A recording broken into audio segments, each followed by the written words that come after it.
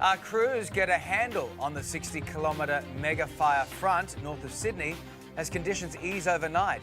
But the danger is not over. What lies ahead today? Scorching temperatures spark fears in Queensland with thousands of residents forced to flee fire zones. We'll have the latest on the forecast for the weekend.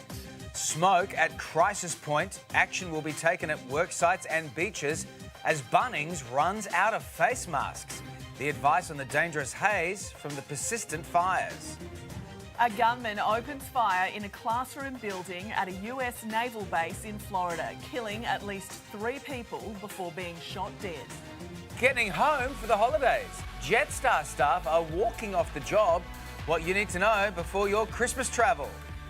Watch out, Mariah Carey and Bruce Springsteen. Taylor Swift has released a new Christmas song. Will you be rocking around the Christmas tree? And what is it like when Sir Elton John storms the stage, joining the cast of Billy Elliot in Sydney? I go behind the scenes with the talented crew today, Saturday the 7th of December. Good morning, welcome to Today. Thank you so much for your company this Saturday. David, I thought you were talented. Those boys, wow. Look, if the tutu fits. They are very talented. The kids from Billy Elliot, it's the most unbelievable performance by the young men who have to play that role. They're incredible, but we'll do it a little later on today. If you just saw the shot then going, what's going on next to Jay and David this morning? Well, we've got Tim, obviously, who's always here with us, but Julie Snooker's here doing sport as well. What a surprise. No, just let me clap, everybody. There you go. Yeah, welcome. It is like the parents have gone away and the kids are here to play. I know. Who knows how this is going to go? Somebody upstairs at Channel 9 will regret this sometime this morning. It is great to have your company this morning, but as we all know, it is a big day out there with the fires especially. Let's go straight to you this morning, Tim. Thank you very much, David. Jane, good morning to you. Good morning, everyone. It has been an unrelenting night for firefighters who have worked very hard to bring several emergency blazes under control along our east coast. This morning, 94 bushfires are burning in New South Wales, 11 of which are at a watch and act level. There are 45 fires burning in Queensland this morning, with a heightened fire condition across both states today. Our reporters are standing by with the latest information. Let's begin with today's Sydney reporter, Sarah Stewart, who is at the Rural Fire Service headquarters in Sydney. Sarah? Yeah, good morning to you, Tim. Well, the conditions did ease overnight, allowing our firefighters to do a lot of backburning in a lot of different areas. But for the latest information, we are joined by the RFS Commissioner. Shane, thanks for your time this morning. Tell us, what's it like out there today? Oh, look, certainly conditions have eased a little from yesterday, but having said that, we are expecting it to worsen throughout the day. We've got 7 areas in total fire ban again, including the Greater Sydney and the Hunter and all the way up towards the Queensland border. So a difficult day ahead for firefighters. We've still got more than 90 fires and half of them are still not contained. We've got 11 at the Watch and Act alert level. A large concentration of those are just north of Sydney, stretching right up west of the Central Coast, west of Cessnock and south of Singleton. We've got one southwest of Sydney, out near the Natai area, Picton area, and we've got a couple up the north coast, just northwest of Kempsey, and a new one last night just to the west of Coffs Harbour. So already we've got a lot that are pretty tenuous, and we know there's every chance they're going to increase in alert level today. So a lot of fires still burning out there. Where's the real danger area today? Those concentration of the 11 would be the focus area at the moment, but we can't rule out changes to any of these fires that are now stretching from the Queensland border to the Victorian border, right along the coastal line and the ranges. Of course, the 11 areas become the focus fires because they're at that alert level because it's indicative of the volatility and the real and present risk potential to communities in around those areas. So hopefully easing today and tomorrow, but Tuesday's looking another danger day as well, isn't it? It is. We're expecting to see some pretty hot weather again on Tuesday, and the indications at the moment are for high 30s, low 40s right across parts of New South Wales. So that's going to present a whole heap of additional challenges. You're right. We are expecting to see some easterly breezes, though, over the weekend, particularly along the coastal strip, while the rest of the state's going to continue with these persistent southwesterly winds. And just looking further ahead, these fires are expected to keep burning for several weeks, leading it up to Christmas. If people are now starting to plan for Christmas, going away, camping holidays, things like that, what's your advice to them now while they're planning those trips? Oh, they need to really be looking closely at those, and in some cases, given the fire activity and the length and breadth of fire and the risk, they're probably going to need to rethink some of those plans. But even if they are going to still travel, and we know everyone travels to catch up with family and loved ones, they need to be vigilant. They need to be seriously planning that route, taking into consideration we've already got arterial roads closed, and we're likely to have more of that occurring over the coming weeks and months. Have that bushfire survival plan. It's not just about a plan for home, it's about a plan for travelling, it's about a plan for where you might be staying or who you might be visiting. So absolutely, the risk is real, and being bushfire aware and having that plan and knowing what it is you're going to do if you're going to be threatened by fire is really important, even if you're travelling and visiting others this season. And just very quickly, the smoke, it's been very heavy in Sydney, particularly the last few days. Bit of a reprieve we're expecting over the weekend there.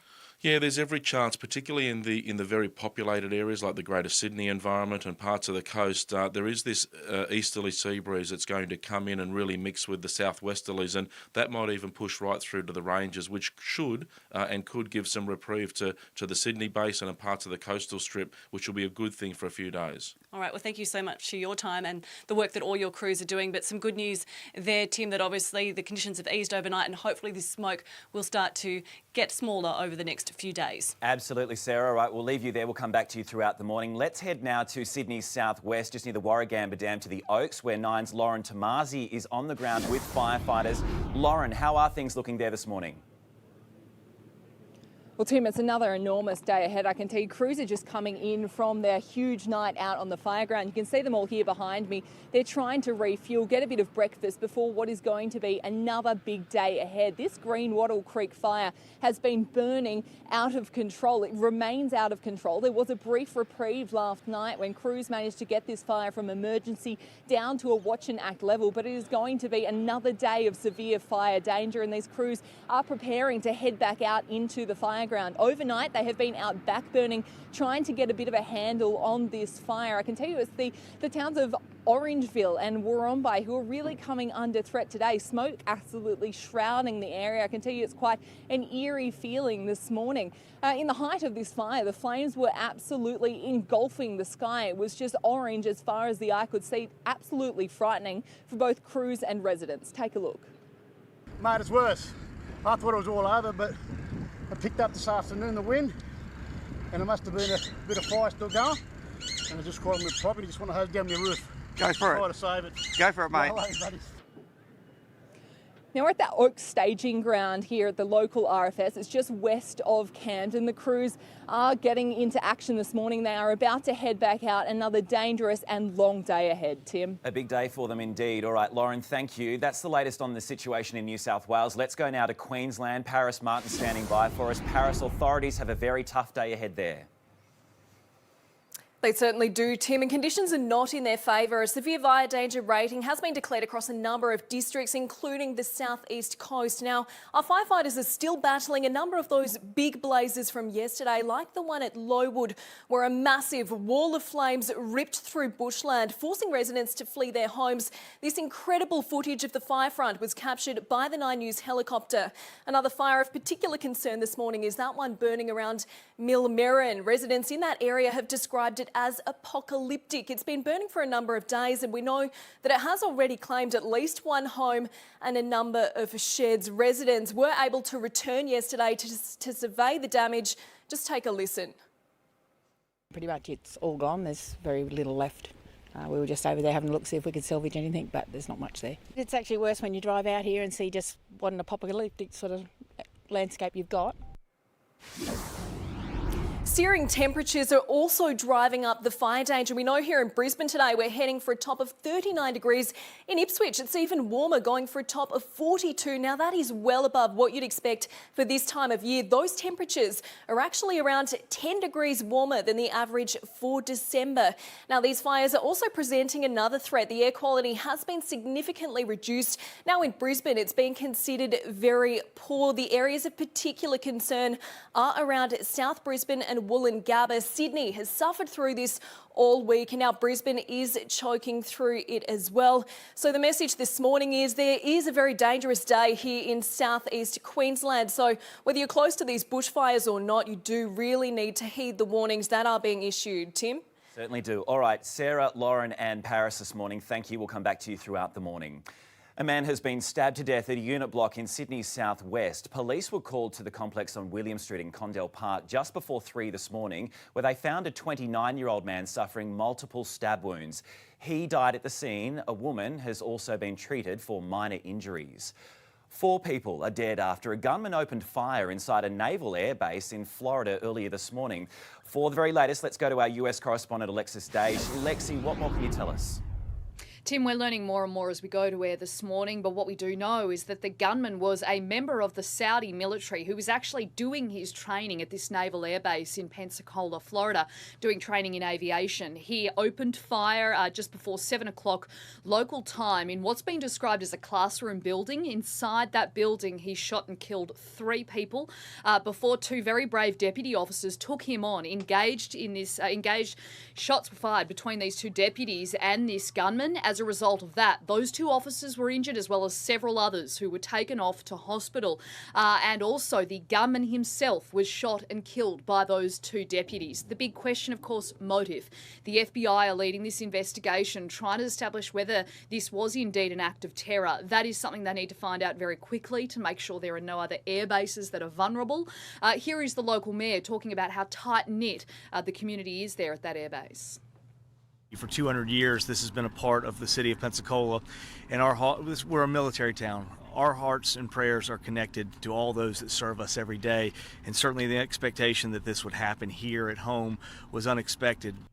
President Donald Trump has been briefed on what is going on. He's also confirmed via Twitter that the Saudi Arabian king has been in touch. He said the king said that the Saudi people are greatly angered by the barbaric actions of the shooter and that this person is in no way, shape or form representing the feelings of the Saudi people. Tim, this is the 2nd shooting at an airbase here in the US in just a few days. Alexis Dage in the United States, thank you. Police are cracking down on shoplifters across Sydney, with more than 100 people caught red-handed in the last 3 days. A pre-Christmas sting has seen 111 people arrested while shopping across the city, accused of stealing more than $5,000 worth of goods. 5 people have now been charged, with court and infringement notices issued to the others. Well, it is not the call that they were expecting. A dog in distress found swimming in rough seas off the coast of Florida. Sorry. A US Coast Guard crew training offshore during their night patrol quickly went into rescue mode, locating the exhausted canine swimming. The crew can be seen pulling the soggy pooch onto their boat before returning him to shore to be reunited with his family. What's that horrific music? Is there an ice cream van on the water? I don't know, Scooby. Wow, nice. There we go. A happy story. There is one out there today. Yeah. Well, we needed that lift up, I think. We did. All right, let's get some sports now. And it's Julie Snook. Speaking of lifting up, here we go. Go for it, Hakeem. It took just 39 seconds for Darcy Lussick to earn his first victory of his boxing career. The former NRL star delivered a monster right-hand punch to Justin Hodges, who, as you can see, was left seeing stars. Goes forward well, does Lussick. Hodges goes down hard. He's down badly. He's gone, I think. He's badly hurt. It's Justin Hodges. He's done. To be made of tough stuff to get through this. Our referee has a big call. He makes that call, and it's a first-round stoppage victory. A good call there. Rising star Tim Tszyu remains unbeaten after dominating Jack Brubaker before trainer Jeff Fennick threw in the towel in the 4th round. To the A-League, and Perth Glory have found some form, stunning Melbourne City 3-0. Former City favourite Bruno Fornaroli came back to haunt his old team, firing in the opening goal.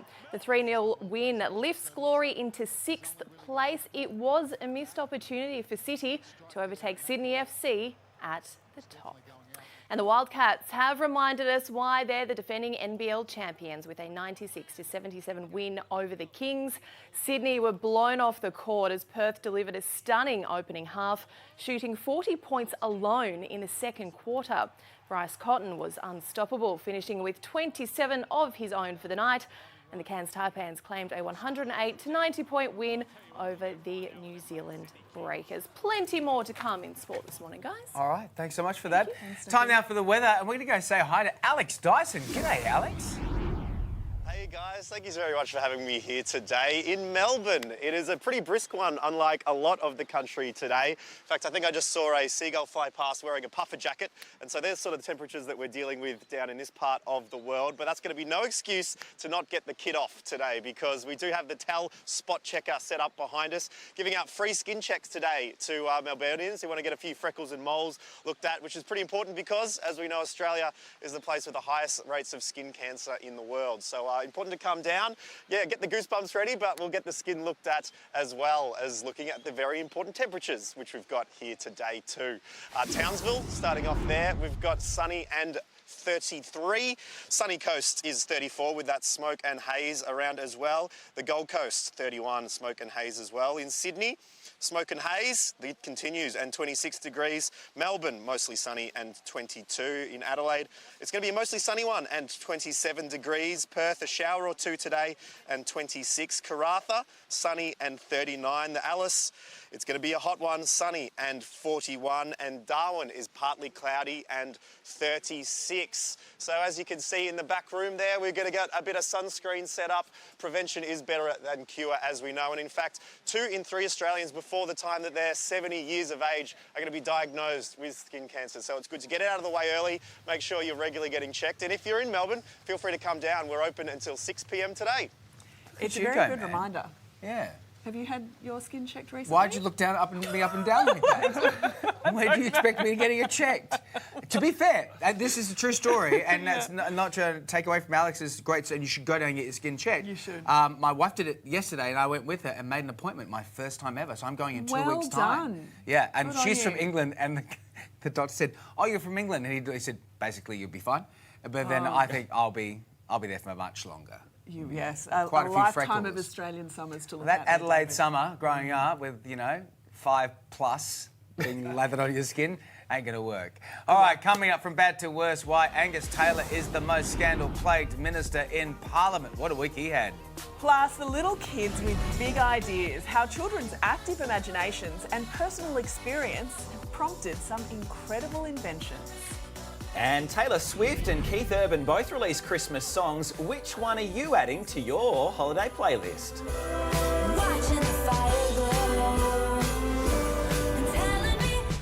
Open for inspection and open to foul play.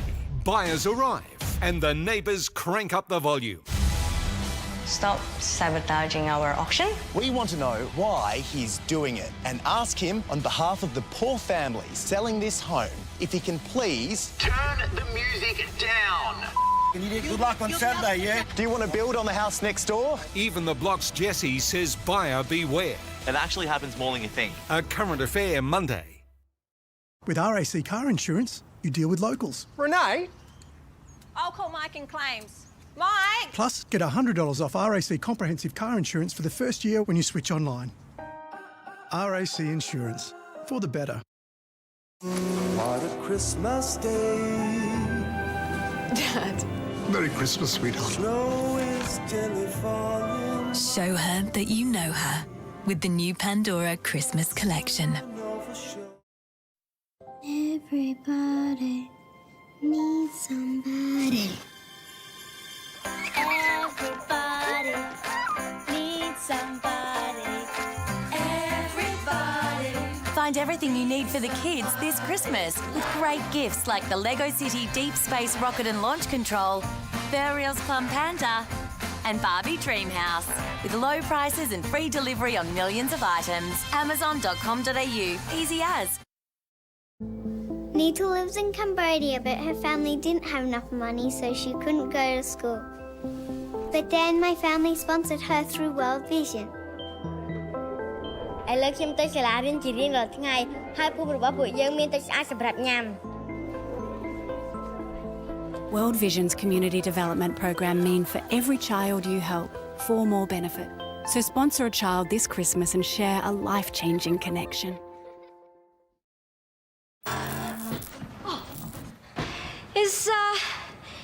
Is this correct? Can't wait? Don't wait. Last chance to get Hyundai's irresistible 7-year warranty on the award-winning Santa Fe, now with V6 power.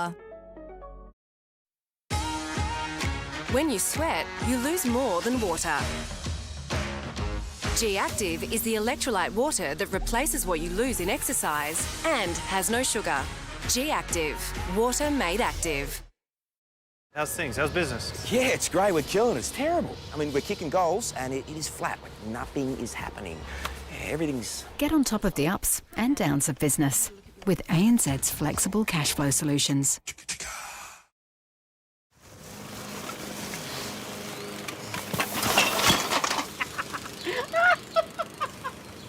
Shut up and take my money.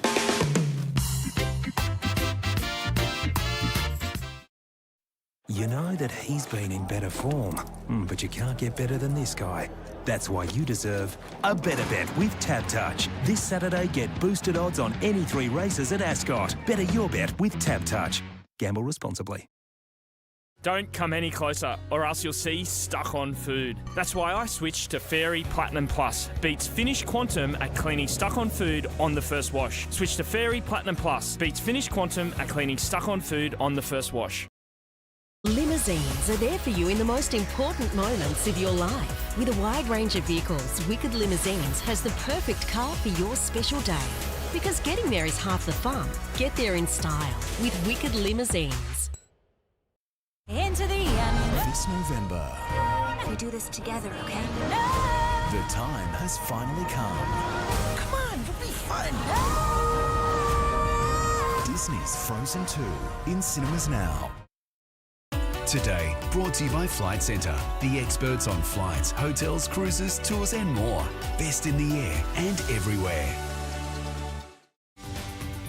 Welcome back. The government is celebrating a major win on the last parliamentary sitting week of the year with the repeal of the controversial Medivac bill.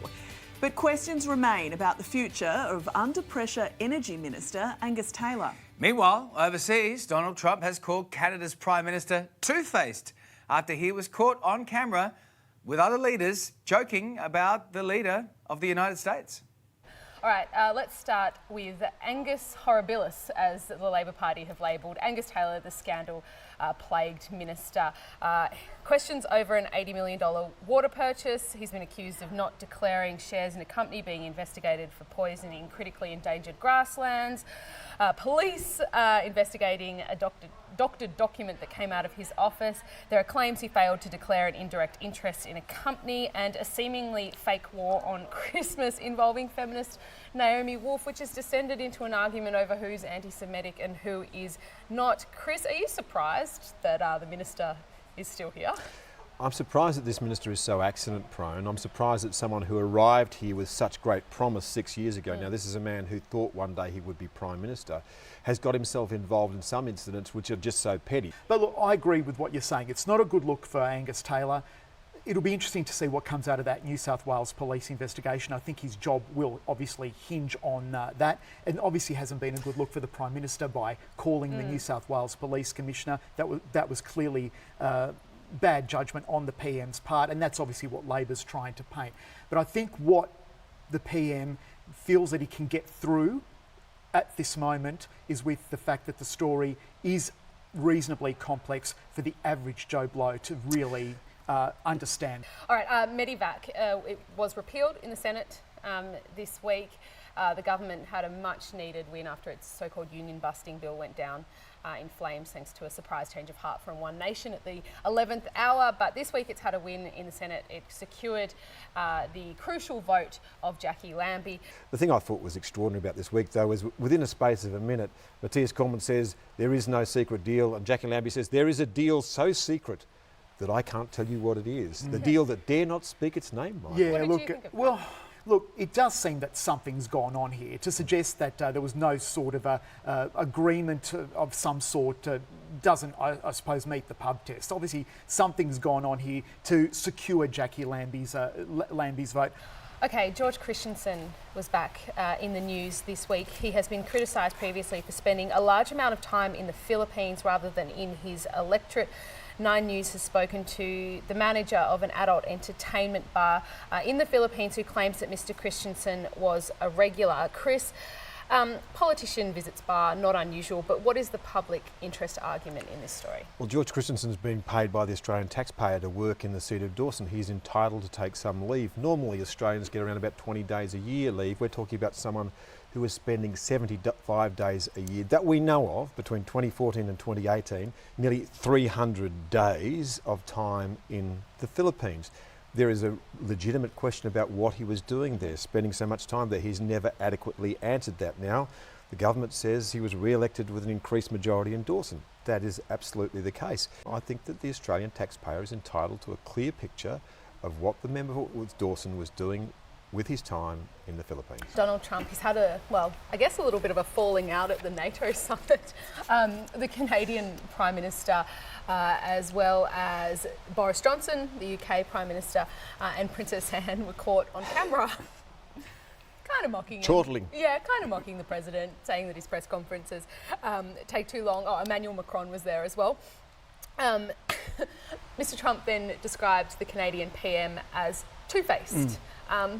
Thin-skinned much? Well, of course, very much thin-skinned, and I think we've seen a few examples of that. It probably does teach that one lesson of these days, when you've got cameras and iPhones and people recording conversations all the time, that you've got to be careful, even if you're a leader. Yeah. I mean, it does give you a glimpse of what some of these world leaders probably do think of him privately, which obviously they can't say publicly. Yeah. Politicians, be careful. Those big fluffy grey things that hang in the air, they record sound. They're pretty obvious, these cameras and these mics. Yeah, but if they didn't have that hot mic on there, we wouldn't have that fabulous content all week. We just have to resort to the lip readers, which always do a pretty good job anyway. I like bad lip readers myself. All right, well, still to come this morning, getting home for the holidays might be tough this year. Jetstar staff are walking off the job. We'll tell you what you need to know before your Christmas travel. Plus, will the iconic New Year's Eve fireworks be cancelled in the wake of the persistent bushfires? We're going to speak to the family behind the world-famous event. And what was it like when Sir Elton John stormed the stage, joining the cast of Billy Elliot in Sydney? We'll find out soon, right here on Today.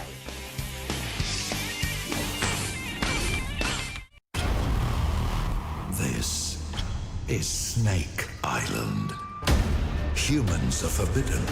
You're going to die screaming. You're going to die screaming. So what the hell is Tara thinking? Ryan, I can hear something back there. Oh, I can hear something. 60 Minutes, Sunday. That perfect holiday you've always imagined? Your everyday spending could take you there.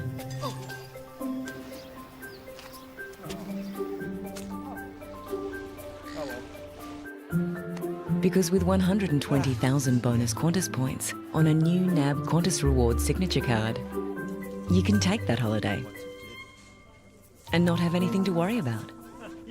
NAB, more than money. You'll turn her summer into a winter wonderland with a new Frozen 2 Anna and Kristoff proposal gift set, just $69, only at Big W. Every day's a big day. The Pope Auto-Wind hose reel has an industry-leading rewind system, a stop-and-go action, a 180-degree swivel, and a 10-year hose warranty. So no more messy backyards. Pope. Smoother, safer, better. Unlike ordinary toothpaste, Colgate Total's breakthrough formula actively fights bacteria for 12 hours, keeping your whole mouth healthy. Colgate Total. Be totally ready for life. Earn up to 10 times the Woolworths Rewards points when you spend over $150 in one transaction at Woolworths, BWS, Big W, Caltex Woolworths and selected Caltex fuel outlets. Be rewarded every time you shop. Activate and shop now. Struggling with all-day energy? Maybe you're low on vitamin B. Nature's Own Super B Complex is packed with all the B vitamins that support energy production and help your body convert food to energy for sustained energy throughout the day. Be energy smart with Nature's Own Super B Complex and be body smart with Nature's Own. Ah, you gotta love the great outdoors and the great indoors with 20% off toys. Wow, 20% off toys. Big W, every day's a big day.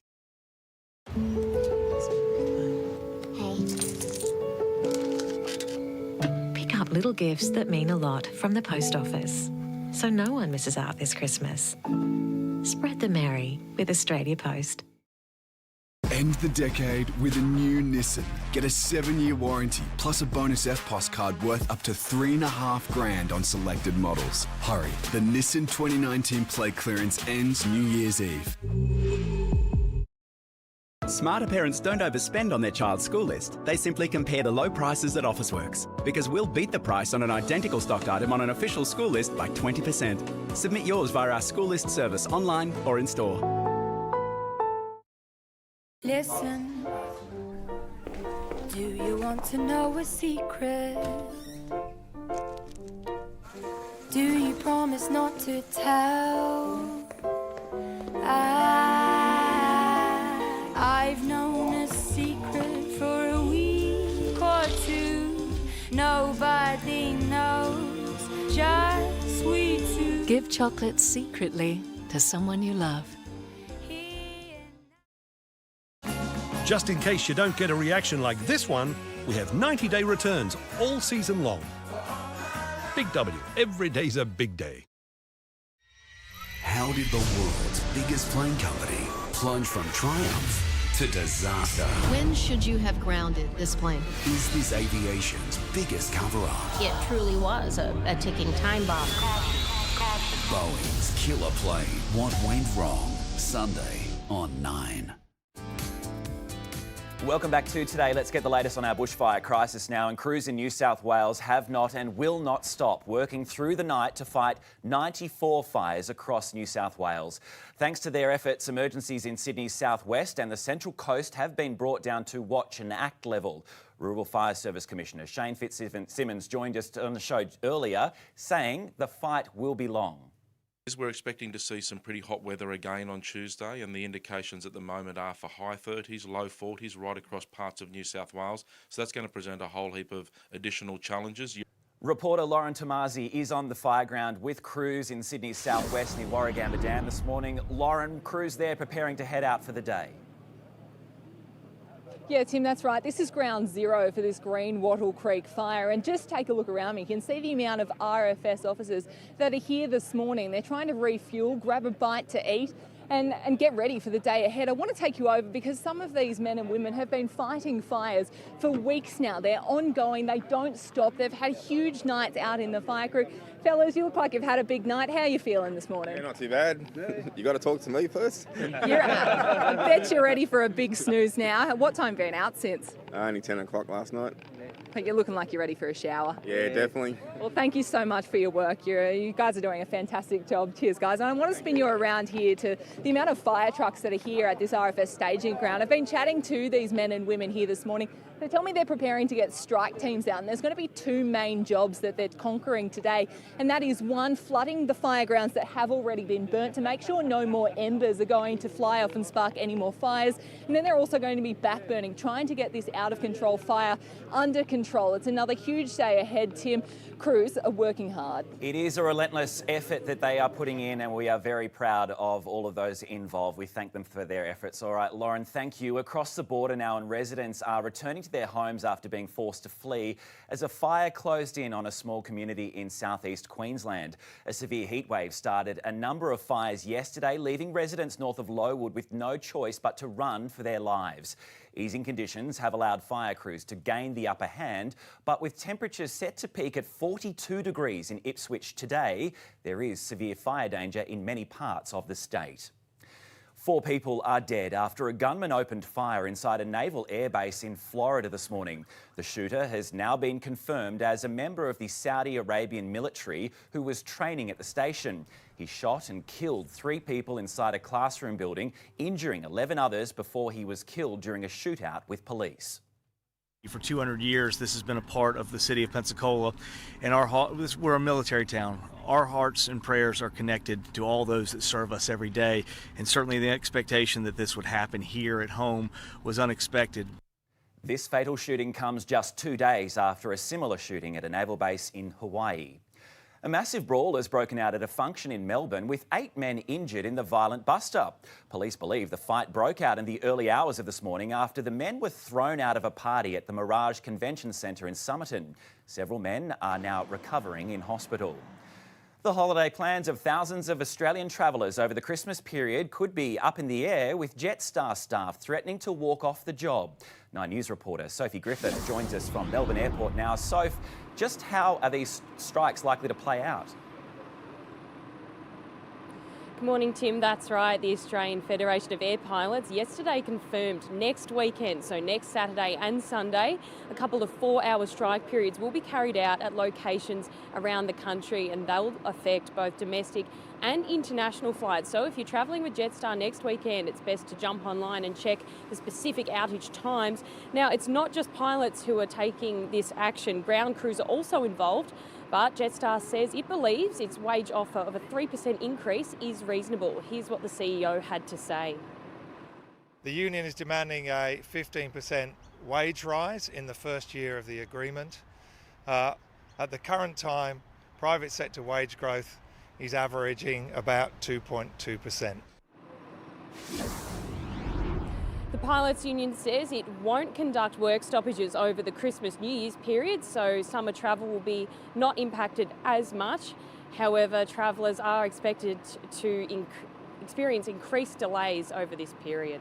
Let's hope not too badly. All right, so thank you very much this morning. It has been said that art is in the eye of the beholder, but this display is causing a bit of a stir. A banana duct taped to a wall has been sold for a whopping, wait for it, $175,000 at one of America's most prestigious art shows. A duplicate artwork is up for auction at another art show. This time it's expected to fetch $220,000. Mate, I've got another one up at my house right now. It's going for $50. No, is that all? Who knew a banana on a wall could be so appealing? Oh, that was... Thank you very much. I mean, like it's... I like the art more than the joke. Oh, okay. All right. Well, it's going to go soft and squishy, and then it's going to fall out. Correct. And what it is, it symbolises it symbolises life and how it starts so young, and then we all just sort of rot and at the seams, but we're being held up and stuck together by glue through this life. I think it's symbolism, Jane. I'll take your word for it, David. Should we get some sport news now? Bring some sanity back. Sure. Hey, Snooki. I don't know what to make of any of that. You don't? It's good art. It's all very weird. I've got to go home. What's that for, like a banana now? New career. All right. Well, Adam Scott has suffered a cruel blow at the Australian Open, missing the cut by just one shot. That's despite a strong second round that saw him finish with a bogey-free 4 under 67. Fellow Aussie Matt Jones birdied his last hole to finish the day on top of the leaderboard at 10 under par. As you can tell by the voice, I think the smoke's got to me a little bit, but no, I feel good. My game was actually pretty good today. Putted well, hit it better today, and I like where I am going into Saturday and Sunday. Okay. Hot on the Aussie leader's heels is world number 14 Paul Casey, who trails Jones by just one shot. New NRL boss Peter V'landys has wasted little time making an impact, with a number of rule changes confirmed in the league for 2020. A captain's challenge will be introduced in the new year, a move V'landys says is largely due to a fan survey in the wake of 2019. Also being introduced is a 2040 kicking rule, as well as a crackdown on trainers on the field. Perth Glory has rediscovered the form that saw them crowned premiers in 2018. With just one win this season, Perth needed victory over a high-flying Melbourne City to lift themselves off the bottom of the ladder. Their night got underway when Bruno Fornarioli delivered against his former club. Fornarioli had to be the Nits, just had to be. Melbourne City's all-time leading scorer returns to haunt his former club. Formaroli, got my codes mixed up there. Glory finished the night 3-0, the win lifting them to 6th, while City missed their chance to overtake Sydney FC at the top of the ladder. And just lastly, in some news out this morning, ahead of the Australian Open that's coming up next month here on the 9 Network, of course, Caroline Wozniacki, the former world number 1, has announced her retirement this morning. Oh. She has chosen to pursue family life. Good for her. She's been playing tennis since 15 years of age, so it's probably about time she had a bit of a break. Yeah, you think so? Yeah. Because it takes a lot out of you, I It takes a lot out of those tennis players. So the Australian Open will be the last time we'll see her here down under. Well, all the better for Ash Barty, I say.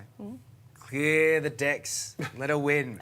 She can win. She can win on anyway. her She doesn't own. need I to know, clear the but decks. it's like, just clear them out of the way. Just give her the trophy now. All right, let's go give the trophy to Alex Dyson, who's doing the weather now in Melbourne. Hey, mate. G'day there. Hope you're going well this morning. Today, we're here with Paul, who is a regular skin checker because, as we've seen this morning, summer in Australia does come with a lot of challenges, one of which being sun exposure. So we've got the Tell Spot Checker set up today, and they're giving out free skin checks to the people of Melbourne who want to come down and have a few freckles and moles looked at. Paul, you get it done every year. Yeah, I can tell you it's important. Every year, get the moles checked. I'm certainly a case in point, and if I hadn't been getting them done, look, I probably wouldn't be here now. Yeah, goodness. So they've found a couple of things over the years? Yeah, indeed. And look, when you're covered in sort of moles and freckles, having grown up in the 60s in Melbourne, it really pays to get it done, I can tell you. Absolutely. So is it as scary as someone might think? Look, no, it isn't. And I think going to your local doctor to start with, and then if the doctor says, hey, get along to a dermatologist, I really recommend going to see one. Absolutely. Or skip the queues in the waiting room at the doctors and come on down here because it's set up until 6 p.m. today if you want to have a skin check for yourself and give yourself some peace of mind. But we should get into the temperatures as well for you today. In Cairns, it's going to be mostly sunny and 33 degrees. Townsville as well, there's much of the same, 33. The sunny coast, that smoke haze is creeping in with 34 degrees. Same for Brizzy and 39. Through to Sydney, still hazy, 26 degrees. Canberra, a sunny one today and 30. Melbourne, mostly sunny, 22. Hobart, a shower or two, and it's becoming windy, just 18 for Hobart today.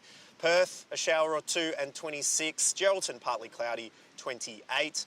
Broome, it's looking sunny as well and 36. And in Alice Springs, it's going to be sunny and hot and 41 degrees. And Paul, you've got a bit of a motto that people should keep in mind when it comes to it, passed on by your dermatologist as well. I think it's important today. And that is, get to know your moles. Get to know your moles, guys. And take some sunscreen. Sunscreen helps as well, so I'm going to put some of that on. But remember, get to know your moles. It's a Great advice. Great advice. Good on you, Alex. Oh, make sure that rub that in, mate, even though it's cold, because that's going to drip in your jacket. Is it rubbed in? Perfect. Perfect. No, you look great. We're good? Yeah, you're good, Cheers, mate. guys. Now, Ironman champions, Olympic medalists, your average Joe, the Curl 3 Points Challenge attracts people from all walks of life. Who are you calling Average Joe? Not this guy. he's a Nine legend. Sports presenter James Bracey, who joins us from North Curl Beach in Sydney. Morning, Brace. What's happening down there? Morning, Jane. Morning, Dave. Great to be with you guys. Look, we know the volunteer spirit in this country is so strong. We've seen it with our bushfires and the fight against those right around the country at the moment. No different on the beaches of this beautiful country of ours, and particularly on Sydney's northern beaches and here at North Curl today, where, as you say, it is the 3 Points Challenge. It involves running, it involves swimming. I gave it a crack last year. It almost killed me. So I'm here to cheer on today, here to volunteer, here to do my bit, but I have come dressed for the occasion. The sluggos are out, the thunder thighs, ready to go today. The North Curl Surf Club Good morning, crack. Full swing today. Yeah, look, you can't get away with boardies at a surf club. It's a great occasion, though, and the man behind it is right here with me now. Come on, mate. There's so much to talk about. Glenn Slater thought about this idea. He wanted to raise some funds, not only for the club, but for some good causes along the way. And Glenn, this is an amazing day. Another big one expected this morning. Yeah, thanks, James, mate. It's 16 years now, and all the genesis was back on the Manly Ferry over a few quiet ones with my good mate Colin Moyes. We've raised over 200 grand since, and it puts vital rescue equipment on the beaches. It's a community event. We get people from all shapes and sizes, all walks of life, and it's about a challenge. We have elite Olympians competing. We've had London Olympians, Rio Olympians. We've got a couple of world champions racing today. It's a really great event. It's a 400-metre swim here, a run through the dog fields to South Curly, a run round the Freshie Henland, another run at Freshie, and all the way back. It's around a 50 to an hour and a half race, depending on your pace, and it's proudly brought to us or sponsored by True Protein and Channel 9. Without True Protein, we wouldn't have this event. So Ben and Jamie Kirith and all the True Protein boys, a big shout out to you guys. Now, I'm a Curly local. I walk my dog Ace through that dog park quite regularly. Have you had to do a clean-up job this morning? Made a massive clean-up job today. We've had to clean up the dog fields. There's too much, so we say, minefields floating around, and we've had to alter the course. So that we've actually decided to slip in an extra challenge and we're running up the sand dunes a few times to burn those thighs. So your thighs, mate, they need a bit of work. How about get into it? All right, thank you, Glenn. Glenn Slayer joining us down here. He's the man behind this event. But I've got to bring in James Kemp from the Love for Lockie Foundation because we are raising some great funds here today. Got the whole gang with you. James, great to be with you. Tell us about Lockie's story and how important this day is to you guys. So it goes back to 2015. Lockie was a 10-year-old boy, Northern Beaches, blonde hair, blue eyes. He was best mates with my son, Sam. He was getting headaches around about Easter. Unfortunately, he got diagnosed with glioblastoma, a very rare form of brain cancer, and by October that year, unfortunately, passed away, so less than 6 months ago. So his parents got behind the Love for Lockie Foundation. So for 4 years, we've been fundraising for curing brain cancer, particularly paediatrics and rare brain cancers. We've raised over $1.2 million in that 4 years through a range of different events. It's great that we've got the local community supporting us. So having a sport club, the surf club here supporting us is just out of this world. It's just brilliant to be able to spread the message of Love for Lockie, help us raise money, help raise awareness for brain cancer, and make sure that actually there are less kids that go through what Lockie went through. Yeah, well said, James. We love the work you're doing, and Lockie's legacy lives on certainly here at North Curl Beach today. So all for a great cause. So if you are on Sydney's Northern Beaches today, it's a beautiful day. The event's still a couple of hours away, so get down here. But make sure you bring your sonnies because these puppies, they are glowing today. Absolutely glowing. Not again. Oh, man. James, some things you can't unsee. Actually, you are in good condition. See you, Bryce. Good. It's a good thing to go down today. Go support that great foundation. Great cause. Coming up on the front line, the photographer capturing the incredible work of our fireys, the moments behind these incredible images. Plus, what happens when the country rallies together? We'll speak to Craig Foster on the team effort that saved soccer player and refugee Hakeem. And a very simple idea that will help generate cash in our drought-stricken country, why hundreds of people are driving to the bush this weekend.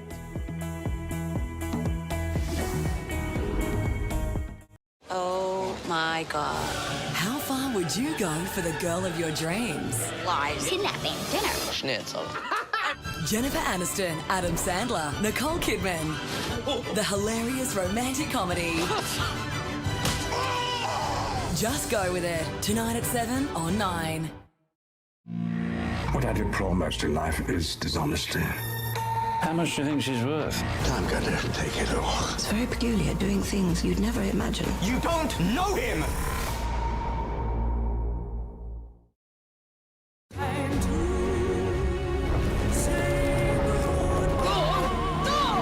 Yes, Mama? Get inside right now. Okay, Mama. One reusable bottle can save thousands of plastic bottles. SodaStream. What are you doing this weekend?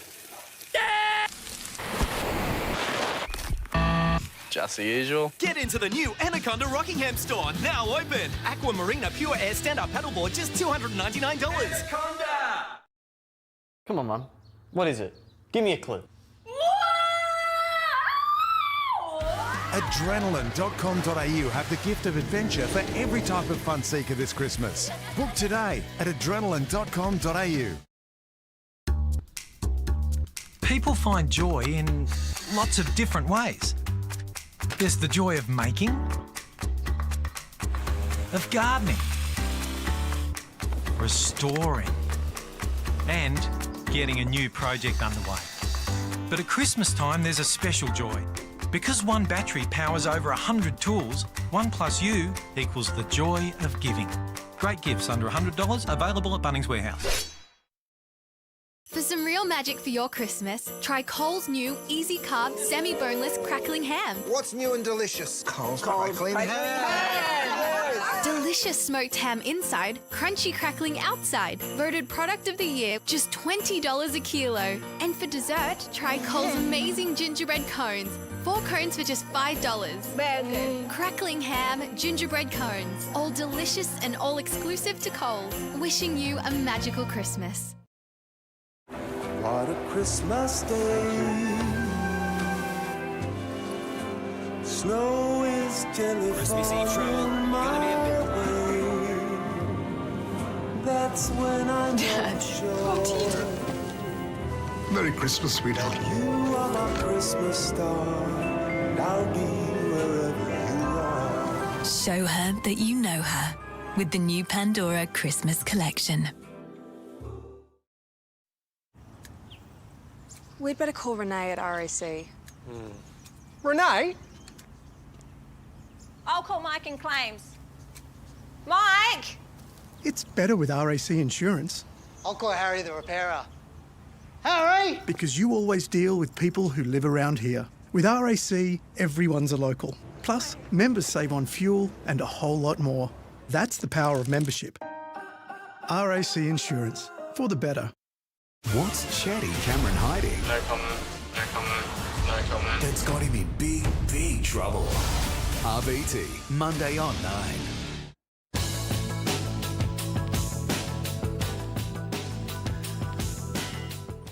Good morning, Peter Brennan here. No major hassles on the roads at the moment. The Kwinana and Mitchell freeways travelling all both ways, and roadworks in East Perth seeing lane closures on East Parade both ways at Kensington Street. That's through until 10 o'clock Sunday morning. It's better to be with RAC Insurance because they're local, so you deal with people who live around here. To get a quote and speak to a local, call RAC today on 13 17 03. More traffic soon.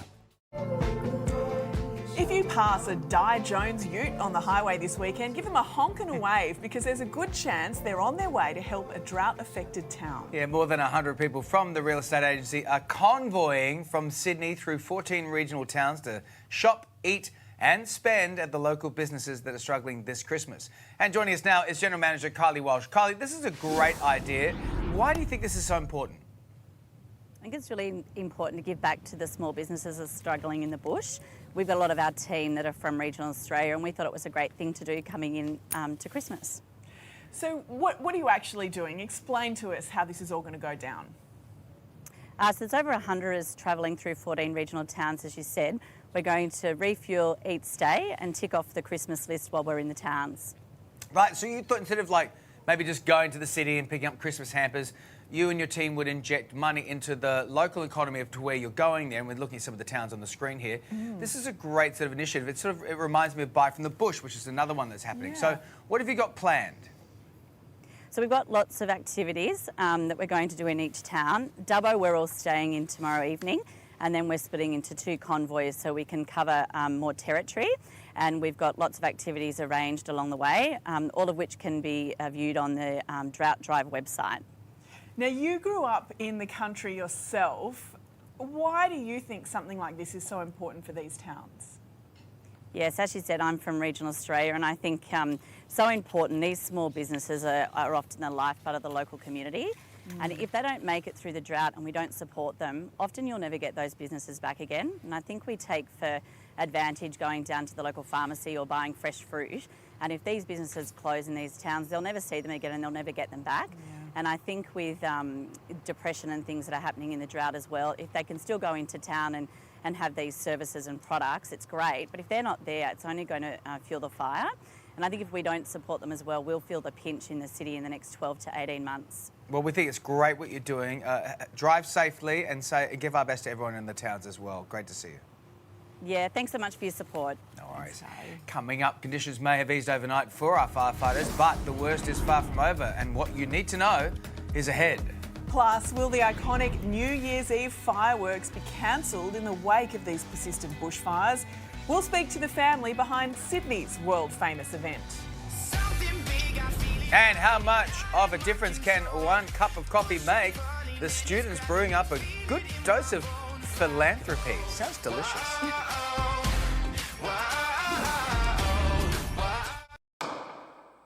We, the jury, find the defendant not guilty.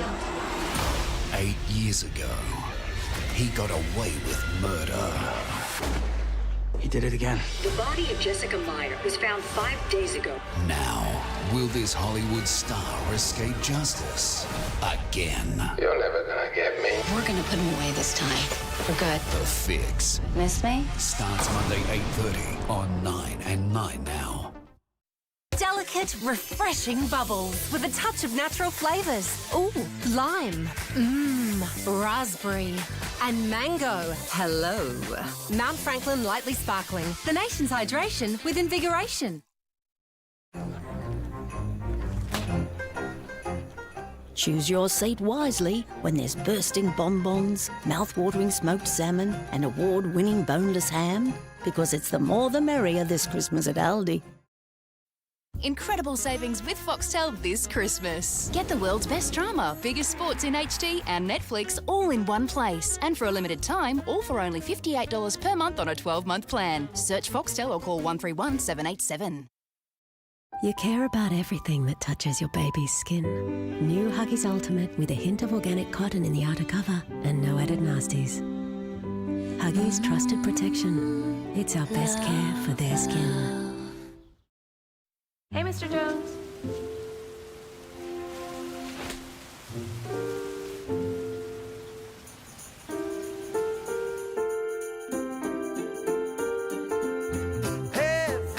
Find great gifts for everyone this Christmas, like the Jabra Elite 85H wireless headphones, DeLonghi Magnifica S coffee machine, and the Echo Show 5, with low prices and free delivery on millions of items. Amazon.com.au, easy as.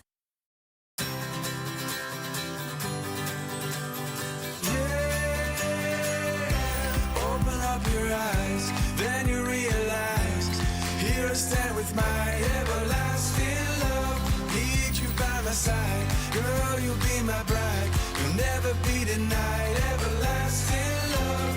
This love will last forever. At Kmart, we believe in low prices for life.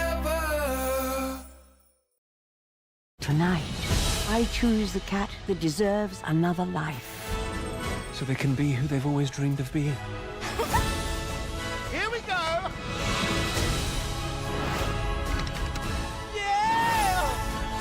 I am quite obviously the best. It's a magical night.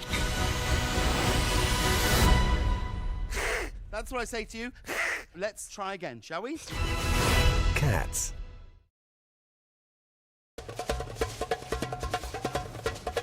Sorry, no wallet, no time, no problem. Pay with Visa on your mobile. That's my butt. To survive the urban jungle, use Visa on your mobile. Don't use cash like a caveman. Take this. Go, go, go, go, go, go, go!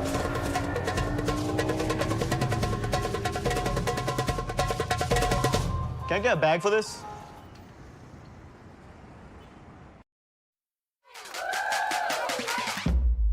Upgrade to Optus today with our new Optus Choice plans. Build your own SIM plan your way with no lock-in contracts. Visit us today.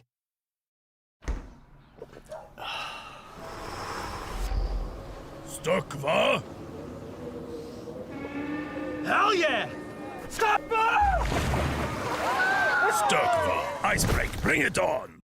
Summer fruit glaze. Tiramisu with a twist. And delicious nibbles. Perfect for the festive season. Join us for Good Food Christmas today on 9. Good to have you back. Now, sometimes the littlest people have the biggest ideas, and today thousands of children from schools across the country are participating in the National Invention Competition. And I'm very excited to say that we are joined by two of those inventors, 11-year-old Lucas Buchanan and 13-year-old Pia Allen. Welcome to you guys. both. Hello. We'll start with you, Lucas. Now, your invention is an app, and you made this for a very special person in your life. Tell us about it. Well, Memory Buddy is a digital assistant that uses voice-activated technologies to help dementia patients with their regular everyday tasks. And what inspired me to make this app is that my grandfather Eddie has dementia, and when I learned that, I felt like I really wanted to help other people with dementia because I know it's a devastating disease and people with it really need help. So you have a helpful feature that can introduce a family or friends to a dementia sufferer. Is that right on this app? Yeah. So how does that work? Well, the carer will input information in the carer app, and all of the information will go into a database, an online database, and the other two apps, which is the voice and visual app for dementia patients and the just the voice app, those two apps will take down information from the database when they need it for fresh updated information. So that means if you go to visit your granddad and maybe he's in a moment where he doesn't remember who you are, the app will help him. Yeah, he'll say know like that it's you. he'll say like, maybe Lucas is going to visit you in maybe 5 minutes. Right. And it'll say, who is Lucas? And it'll say, oh, Lucas is your grandson. And it'll show a picture of my face, and it'll say, Lucas is, yeah. I get it. What a smart idea. All right, Pia, let's bring you in on this too, because you've invented a device called Healthy Waterways. Tell us a bit about this. So my project allows remote monitoring of our waterways by snapping photos of water and measuring the dissolved oxygen in water, because earlier this year there was a massive fish kill in the Murray-Darling River. There was, yeah. And this was caused by a lack of water flow and therefore caused an algae bloom. So as the algae died and decomposed, it sucked up a lot of the necessary dissolved oxygen. So I just decided to try and do something with it and like mess around with science. So what's this? Mess around with science. Yeah. So what is this? Show me what you've got here. You brought some of this in. There's like a little microphone, so you can do a song. And then what's all that? All right, so this is not a microphone. Oh, what? No. This is a probe. This is the thing that sticks in the water and will measure the dissolved oxygen level. Right. This is the screen. It's not turned on right now, but Sure. This will show the dissolved oxygen level in the water. And as I said earlier, it snaps photos, and this is the camera just in a little box here, so it snaps photos. Well, way to go, you two, for coming in here and doing this and being so smart and making certainly myself feel terrible about my education. But I think you guys are so great. Congratulations. Yes. It's a real credit to your community and your families. And the kids are okay. Yeah, we'll be fine. The kids are okay. You got a lot of pressure in there, my friend. Now, if you're in Sydney, go check out SAP Young ICT Explorers competition, and it's at Taronga Zoo. Thanks for coming in. How inspiring. Thank Good you. on you guys. All right, here are the top stories on today. Crews get a handle on the 60-kilometre mega fire front north of Sydney as conditions ease overnight. But the danger is not over. What lies ahead today? Scorching temperatures spark fears in Queensland, with thousands of residents forced to flee fire zones. We'll have the latest on the forecast for the weekend. Smoke at crisis point. Action will be taken at work sites and beaches as Bunnings runs out of face masks. The advice on the dangerous haze from the persistent fires. A gunman opens fire in a classroom building at a US naval base in Florida, killing at least 3 people before being shot dead. Getting home for the holidays. Jetstar staff are walking off the job. What you need to know before your Christmas travel. Watch out, Mariah Carey and Bruce Springsteen. Taylor Swift has released a new Christmas song. Will you be rocking around the Christmas tree? And what is it like when Sir Elton John storms the stage, joining the cast of Billy Elliot in Sydney? I go behind the scenes with the talented crew today, Saturday the 7th of December. Just more kids to make you feel inadequate, David. I tell you what, as you said, the kids are going to be all right, and they are, and they're so smart. And the ones that are coming up in Billy Elliot are so frighteningly talented, it hurts my feelings. But let's go straight to the news now, and it's good morning to you, Tim. David, Jane, good morning to you. Good morning, everyone. It has been a tiring night for fire crews along our east coast, with several large blazes still burning, but thanks to their efforts, all emergencies have been downgraded. This morning, 94 bushfires are burning across New South Wales, 11 of which are at watch and act level. There are 45 fires currently burning in Queensland, with very high to severe fire danger across both states today. Our reporters are standing by with the very latest information for you. Let's begin with today's Sydney reporter, Sarah Stewart at the Rural Fire Service headquarters. Sarah, good morning. Yeah, good morning to you, Tim. Well, after a particularly nasty day yesterday where we saw 9 fires elevated to the emergency level, good news this morning, they are all back down to watch and act or advice level. However, we are not out of danger yet. We are told that the wind, the temperatures today could whip up any of those fires at any time today. So the advice is, if you are in any of those areas, get out your phone today, look at the Fires Near Me app and see which of those fires is still at watch and act, and be ready if it does elevate to the emergency level, because that is possible, even though they are telling us that conditions are easing today and tomorrow. They were able to do a lot of backburning last night, but we are told there's another particularly dangerous day on the way. That is going to be Tuesday, so they are warning us not to be complacent. The RFS has also told us this morning that these fires are going to continue to burn for weeks. It is very likely across the Christmas, New Year period they will still be burning. So if you're now looking at your travel plans, a lot of people go away at Christmas. If you're looking at those, considering going camping, for example, in any of those areas, the time to look at those plans is now, perhaps to reassess them, because there will still be fires in many of those areas. There are still fire bans across many regions today. However, the smoke, as well as the other big concern in Sydney particularly, we've been choking through this the last few days. Some good news there as well. The RFS tells me that a wind change today is likely to offer us a bit of a reprieve. The easterly winds will come through. However, until that happens, if you are an asthmatic, if you've got a lung condition, if you've got a heart condition, you need to have your medication with you. We've seen an increase in number of people presenting to hospitals and also calling 000. So until that happens, please stay safe. Tim? Some good advice there this morning, Sarah. We'll come back to you shortly. Let's head now to Sydney's southwest, where Lauren Tomasi is on the ground with fire crews near the Oaks at Warragamba Dam. Lauren, another very big day ahead there. Yeah, Tim, it is, and this is ground zero for these firefighters fighting this Green Wattle Creek fire. And I just want to show you behind me here, because these are the crews. Many of them have come in from a huge night out on the fire grounds. There are many others who are coming in for what will be a big day ahead. They're trying to refuel. Many of these firefighters, these men and women, have been out fighting fires for weeks, for months now. They are exhausted, but doing a phenomenal job. Now, this fire in the height was at emergency level. It was burning fierce. Firefighters here tell me they haven't seen flames like it before. They were absolutely engulfing the sky. It was just a glow of orange. Thankfully, there was a bit of a reprieve late last night around 11 o'clock, and that fire has dropped down to Wozniacki, but it is still burning out of control. Now, I want to show you over my right shoulder here, and it's just a few of the fire trucks. Strike teams are about to head out in these, and crews here on the ground tell me this morning there are two main jobs they're trying to tackle. That is going to the fire grounds that are already burnt and making sure there are no embers there that can start other fires.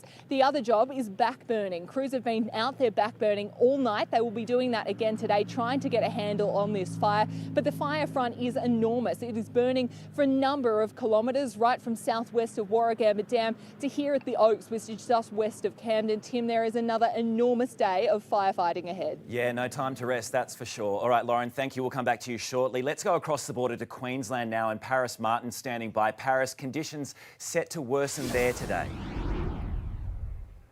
That's right, Tim. We know that a severe fire danger rating has been declared for a number of districts, including the southeast coast, and our firefighters are still battling a number of those big blazes from yesterday.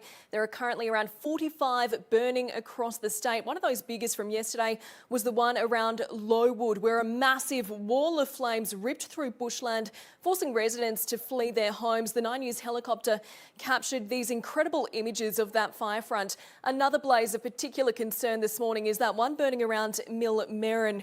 Now, residents in that area described it as apocalyptic. That tore through yesterday. It has been burning for a number of days and has claimed at least one home and a number of sheds. Residents were able to return yesterday to survey the damage, but certainly searing temperatures really are driving up the fire danger around Queensland. Here in Brisbane today, we're going for a top of 39 degrees, even warmer in Ipswich, heading for a top of 42. Now, those temperatures are much warmer than what we would expect for this time of year, around 10 degrees above the average for December. It is expected to stay hot for another couple of days, but another threat that we are facing here in southeast Queensland is the air quality. It has been significantly reduced. It's now sitting at very poor around Brisbane, and the areas that are particularly problematic are around South Brisbane and Wollongabba. As we've heard from Sarah, this is really not good news for people with breathing conditions. Sydney has been suffering through it all week, and now in Brisbane, we are choking through it too. So the message this morning is whether you're near these bushfires or not,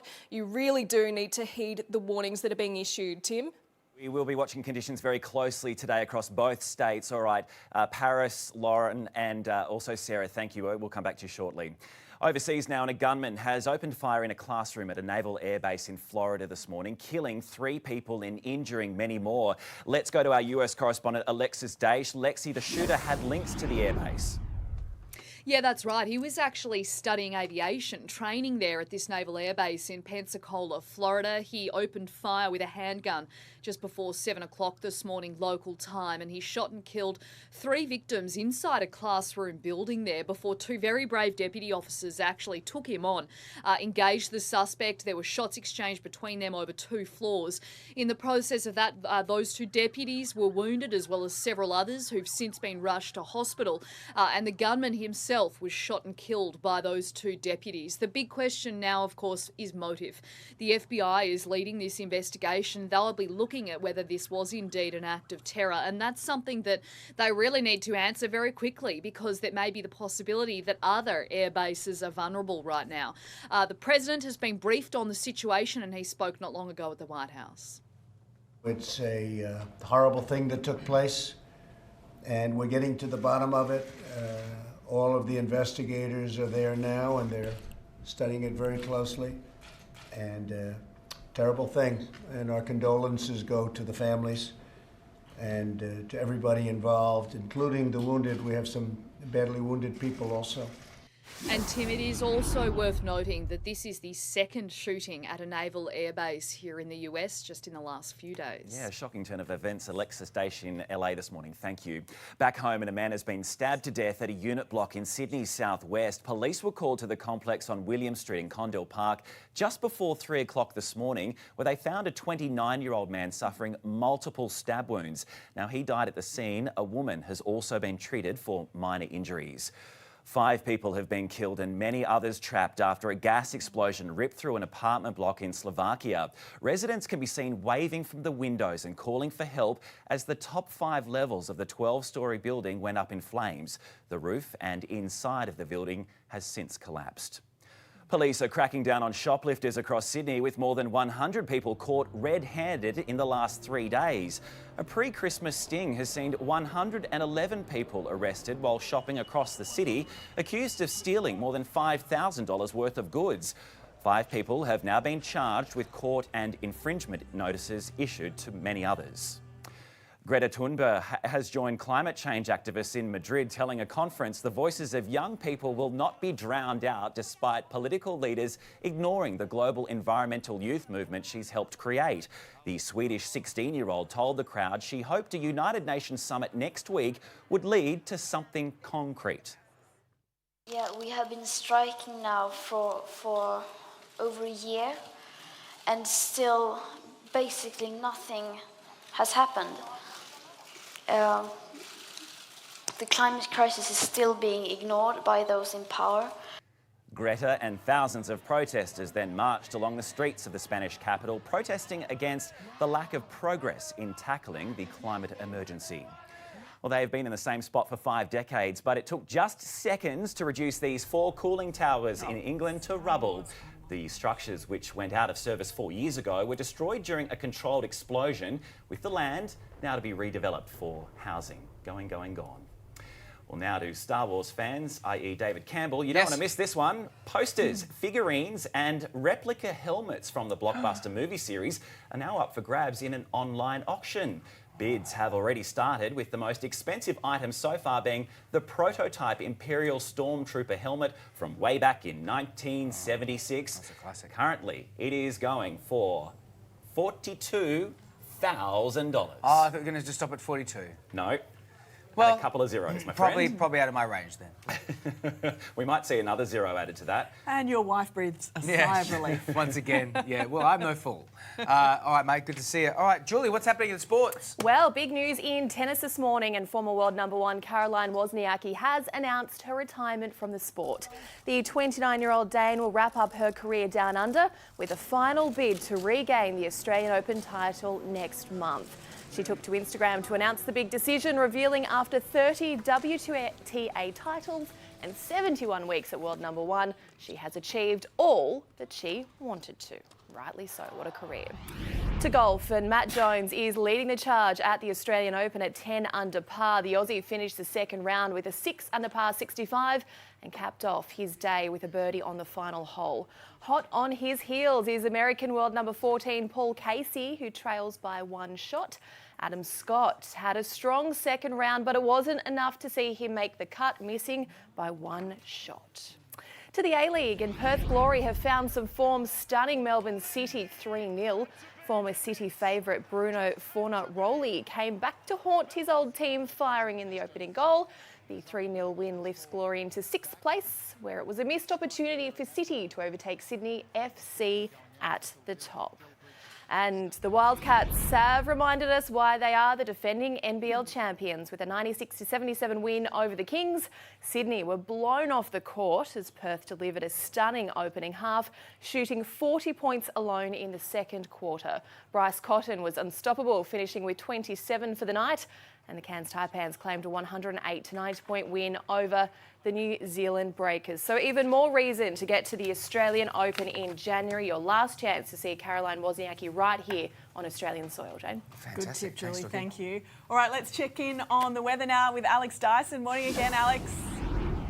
Howdy! I've slapped on a hat here at the Tell Spot Checker. It's a pop-up clinic on the St Kilda foreshore where you can get a free skin check today to make sure all your freckles and moles are behaving. We've got a couple of people here waiting, a couple of customers, a couple of victims. No, it's not too scary. We're in here and putting on some sunscreen, making sure that we're all good to go and the skin is looking mighty fine as we head into another pretty dicey Australian summer. But I do have the temperatures here for you today. Cairns is going to be mostly sunny and 33 degrees. Townsville, the same as well, 33. In the Sunshine Coast, smoke haze, 34. Brisbane also copping that smoke and 39 degrees. Sydney, smoke haze continues, 26. Some of that smoke even moving over to New Zealand, such as the ferocity of those fires at the moment. Our thoughts with everyone affected. Melbourne, mostly sunny, 22. Hobart, shower or two, becoming windy, 18.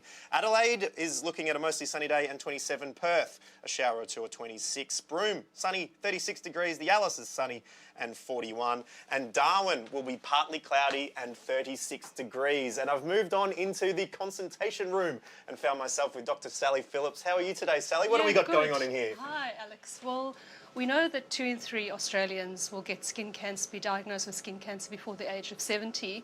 And we found that in the last year, only 1 in 3 Australians actually had a skin check. And we know that if you diagnose skin cancer at an early stage, it really gives you a much more improved chance of survival and really of treatment of that skin cancer. So these clinics are here to try and encourage Australians to get their skin checked. Absolutely. Does it take very long? Is it a scary process getting through it? As you can see, it's really easy and it's about 15 minutes. And we have a whole lot of information on our website, which if you just type in Tell Spot Checker, it will tell you how to do your skin checks at home. But more importantly, once a year, go and get your skin checked by a doctor. And know your moles, as we found out this morning. Now, I'm going to take the plunge. I'm going to get Dr. Sally to have a look at my skin. So I might actually close the window on this one, guys, and I'll let you get back on with it. All right, thanks. Yep, I think we don't want to see that. No, absolutely. Done. Get a good check. Well, 680 homes have already been lost in New South Wales this bushfire season, and you can be sure this number will rise as we prepare for a hot and dry summer. And for a lot of us out there, it's hard to imagine what our fireys go through on the front line. But one man who's been in the thick of it and he's captured the extent of the devastation is Sydney Morning Herald chief photographer Nick Moyer. And Nick's with us this morning. Mate, you've really been out there. Some of the photos that you've taken have been really shown us the devastation and also looks dramatic and also looks quite dangerous as well. Are you ever sort of scared for your own life being in the front line as you are here? I wouldn't say scared. It's like the entire time there, you're looking for your safety zones and stuff, but you do get taken by surprise, which is hence why you make sure you got your safety zones. Certainly the other night when we had that blow up, yes, nobody expected that. I said at the time it was RFS. There was actually New South Wales Fire Brigades. They had never seen anything like it. It literally, like 50 metres deep and 300 metres long, erupted at once, which you guys can see in the video. Yeah, it the crowning was video. Literally, at the time, you're just thinking composition of the photograph, shutter speed, exposure, and then after that, the emotion is actually deep pride in the firefighters who were at that property and the homeowners who are facing it.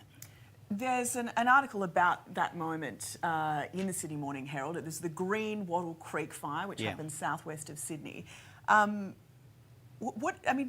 You obviously have your professional mindset as you're going through, but you are human as well. What's the feeling like underneath? Is your heart racing?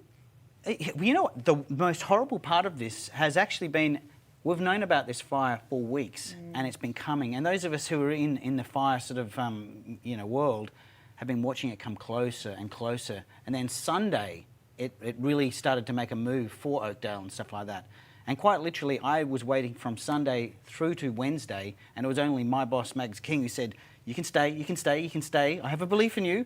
And then when it happened, in some ways, there was a huge sense of relief for firefighters that they could actually start working, do their job, because this thing was just getting closer. It was like a monster coming closer and closer and intimidating southwest Sydney. And then finally, it's come out. It looks like a monster. It is amazing. Just it's a tribute to the RFS and Fire Brigade, New South Wales Fire Brigades, and National Parks firefighters, that we haven't actually lost many homes out there. Like, Sydney hasn't seen this much fire before. Yeah, and I think the important thing that, having somebody out there like you shooting this, documenting this, is so we can bear witness to what's going on in Mother Nature at the moment in Sydney and New South Wales and now in Queensland too.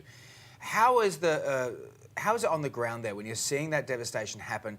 What are the emotions like from the fireys out there and from the people who are losing property? Astounding goodwill across the board. Right. Astounding tolerance. RFS will be coming in backwards and forwards, fire brigades backwards and forwards. They're getting put to one house, to another place. Homeowners are going, there's a fire in the back of my place, and they're going, there's a fire in the back of everybody's places. Yeah, right. Tempers have been low. People are working together. Like, honestly, this is where you see Australians at their very best. Yeah, it's amazing.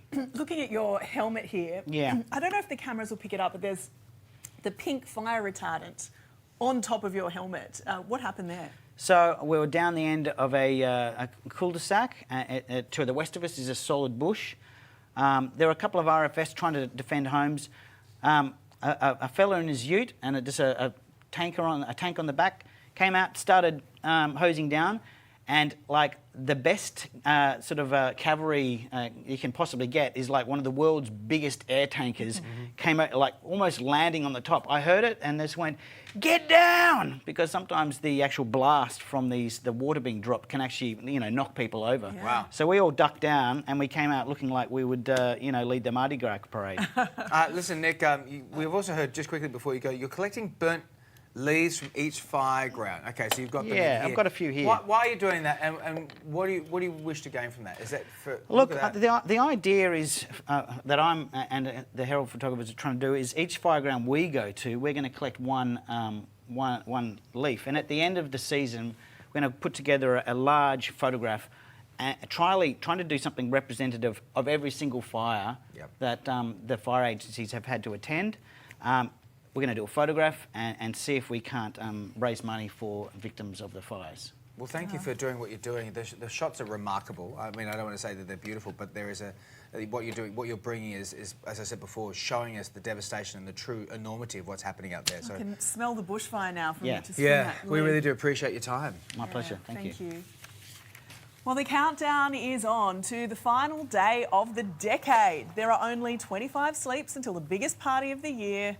That is, of course, New Year's Eve. Yeah, but there's been a certain cloud of controversy surrounding one of the biggest events on the calendar. So Fortunato Foti from the Foti Fireworks is with us now this morning. Mate, it's good to see you. And I guess, going from the conversation we just had then and talking to you about, fireworks, there's been a lot of local fireworks. I noticed that the Clovelly Carols have cancelled theirs. People are calling for this fireworks to be cancelled too. What do you say to that? Yeah, look, there has been a lot of fireworks displays cancelled over the last 2.5 weeks, not only for our company, but also for other fireworks companies around New South Wales and Queensland. Look, fireworks, they're there for one purpose, and they're there to bring communities together, whether it's for carols, whether it's for New Year's Eve or any other event. 80% of the fireworks displays that we do throughout the year are community events, and they're free community events.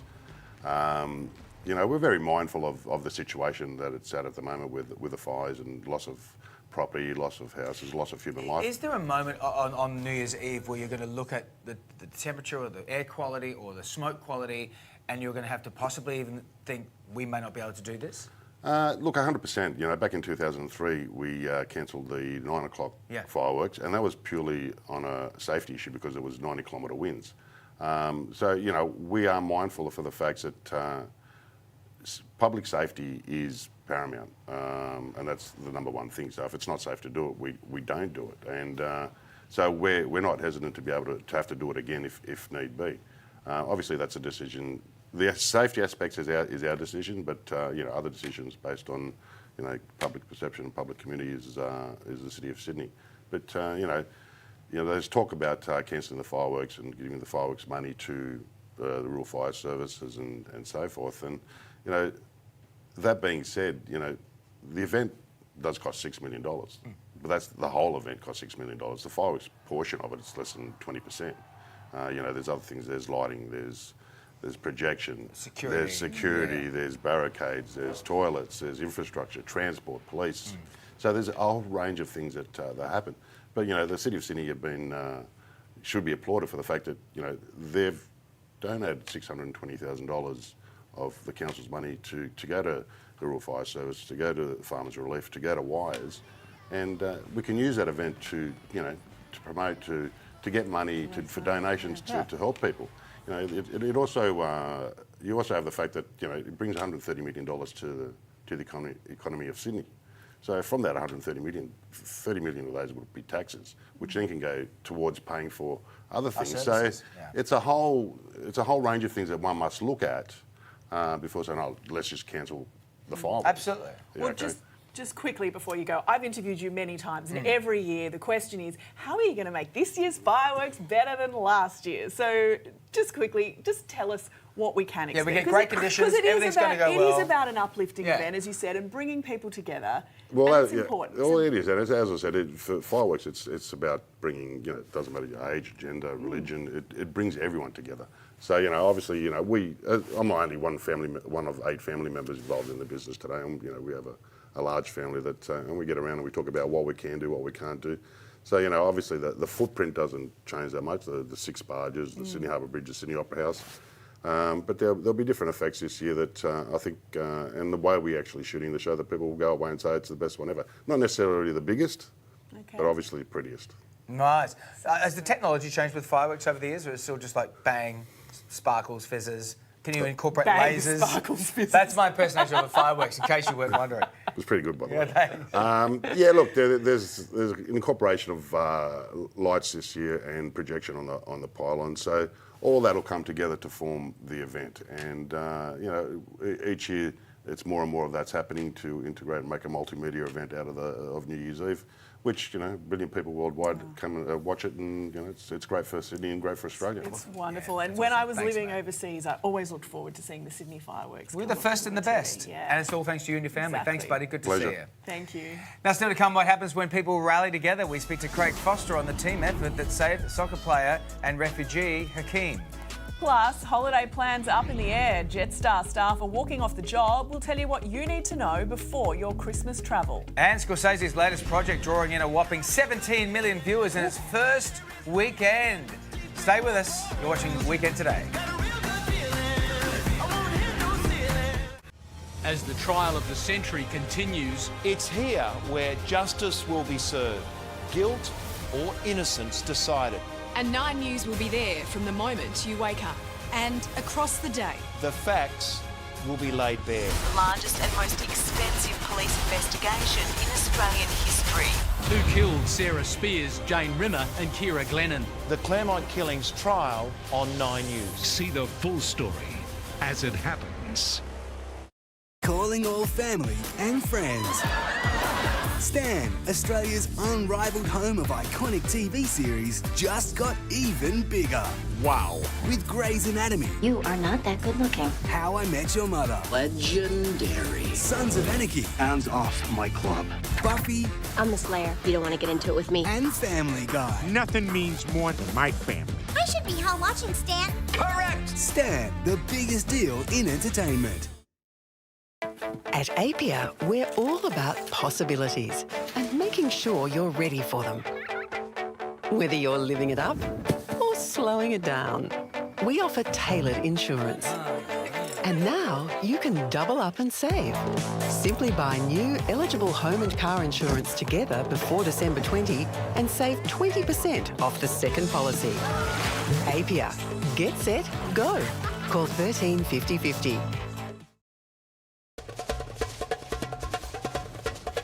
Sorry. No wallet, no time, no problem. Pay with Visa on your mobile.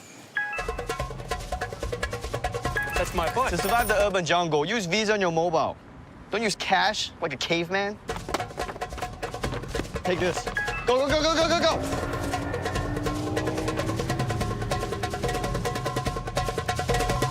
Can I get a bag for this?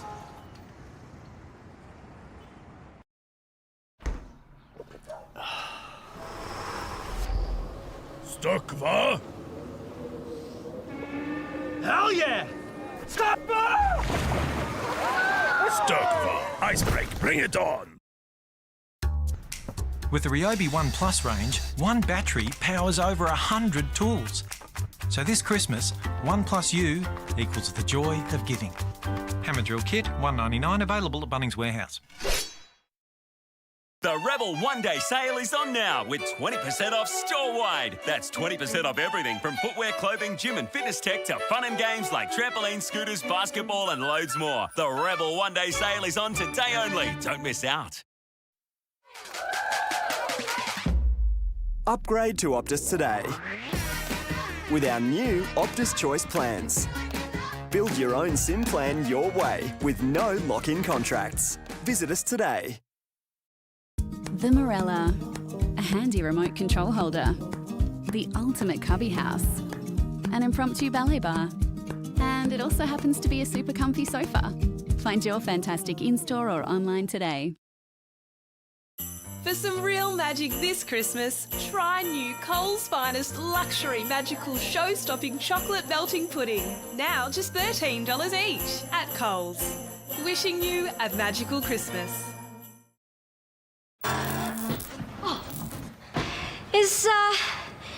Is this correct? Can't wait? Don't wait. Hurry. Last chance to get Hyundai's irresistible 7-year warranty on the capable Tucson. I saved $230 when I switched to Yui.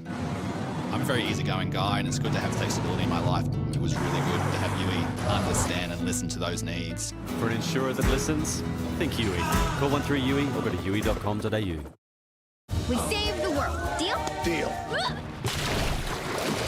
Disney's Moana, tonight on 9Go. It is right on 8:30. Let's get the very latest from the 9 newsroom now. And there has been little chance to rest for fire crews across New South Wales working to put out the 94 different bushfires burning across the state this morning.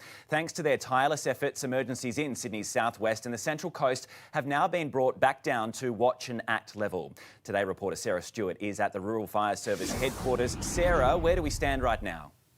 Yeah, good morning to you, Tim. Well, the way to describe today is not as bad as yesterday, thankfully. We saw 9 of those fires elevate to emergency level yesterday. There are now 11 at watch and act and many more at advice, but at the moment we don't have any at emergency level. The conditions did ease overnight, allowing a lot of firefighters to do backburning in a lot of different areas, get the upper hand on some of those fires. But there are still a lot of fires burning out there, and we're told that the conditions today, if the wind picks up, if the temperature warms up, they could elevate again. So the advice is to get out your phone regularly throughout the day, check the Fires Near Me app. It will tell you the status of the fires near you and if they are going to elevate. There is a total fire ban in many regions today, so the danger is still very real. We're told these fires are going to burn for weeks. It will be Christmas, New Year. These fires will still be burning, so don't think we're out of the danger yet. The other big thing that's been impacting Sydney this week has been the smoke. Of course, the smoke has been up in the mid-north coast for several weeks, but this week it's really hit Sydney. We've seen people with those breathing masks. We're hearing of stores running out of those. Well, the good news on that this morning, we're hearing from the RFS, we should start to get a bit of a reprieve this weekend. The wind is going to change. It's going to be easterly. But until that happens, you need to have your medication nearby. If you have asthma, a lung condition, a heart condition, we are seeing an increase of calls to 000 and also an increase of people presenting to emergency departments. So until that happens, please stay safe and keep your medication nearby. Tim? It is no time to be complacent. Sarah Stewart, thank you very much. Across the border and searing temperatures are creating dangerous conditions for fire crews, with 45 blazes burning across Queensland. Residents are now returning to their homes in Lowood after a large fire forced thousands to evacuate. While conditions eased overnight, authorities are now preparing for a long day, with the mercury peaking at 42 degrees in Ipswich and 39 degrees in Brisbane. 4 people are dead after a shooting at a Navy base in Florida. The shooter has now been confirmed as a member of the Saudi Arabian military who was training at the station. He shot and killed 3 people inside a classroom building, injuring 11 others before he was killed during a shootout with police. For 200 years, this has been a part of the city of Pensacola, and we're a military town. Our hearts and prayers are connected to all those that serve us every day, and certainly the expectation that this would happen here at home was unexpected. This shooting comes just 2 days after a fatal shooting at a Navy base in Hawaii. A massive brawl has broken out at a function in Melbourne with 8 men injured in the violent bust-up. Police believe the fight broke out in the early hours of this morning after the men were thrown out of a party at the Mirage Convention Centre in Somerton. Several men are this morning recovering in hospital. The holiday plans of thousands of travellers over the Christmas period could be up in the air, with Jetstar staff threatening to walk off the job. Sophie Griffiths is at Melbourne Airport for us this morning. Soph, when and where are these strikes likely to happen? Good morning, Tim. Well, the first strikes are set to begin 5 a.m. next Saturday. So next Saturday and Sunday, they'll be underway and they'll be affecting domestic and international flights all around the country. Now, it's not just pilots involved in this dispute. Ground staff are also at war with the carrier, and this is despite Jetstar saying it believes its wage increase offer of 3% is reasonable. Here's what the CEO had to say.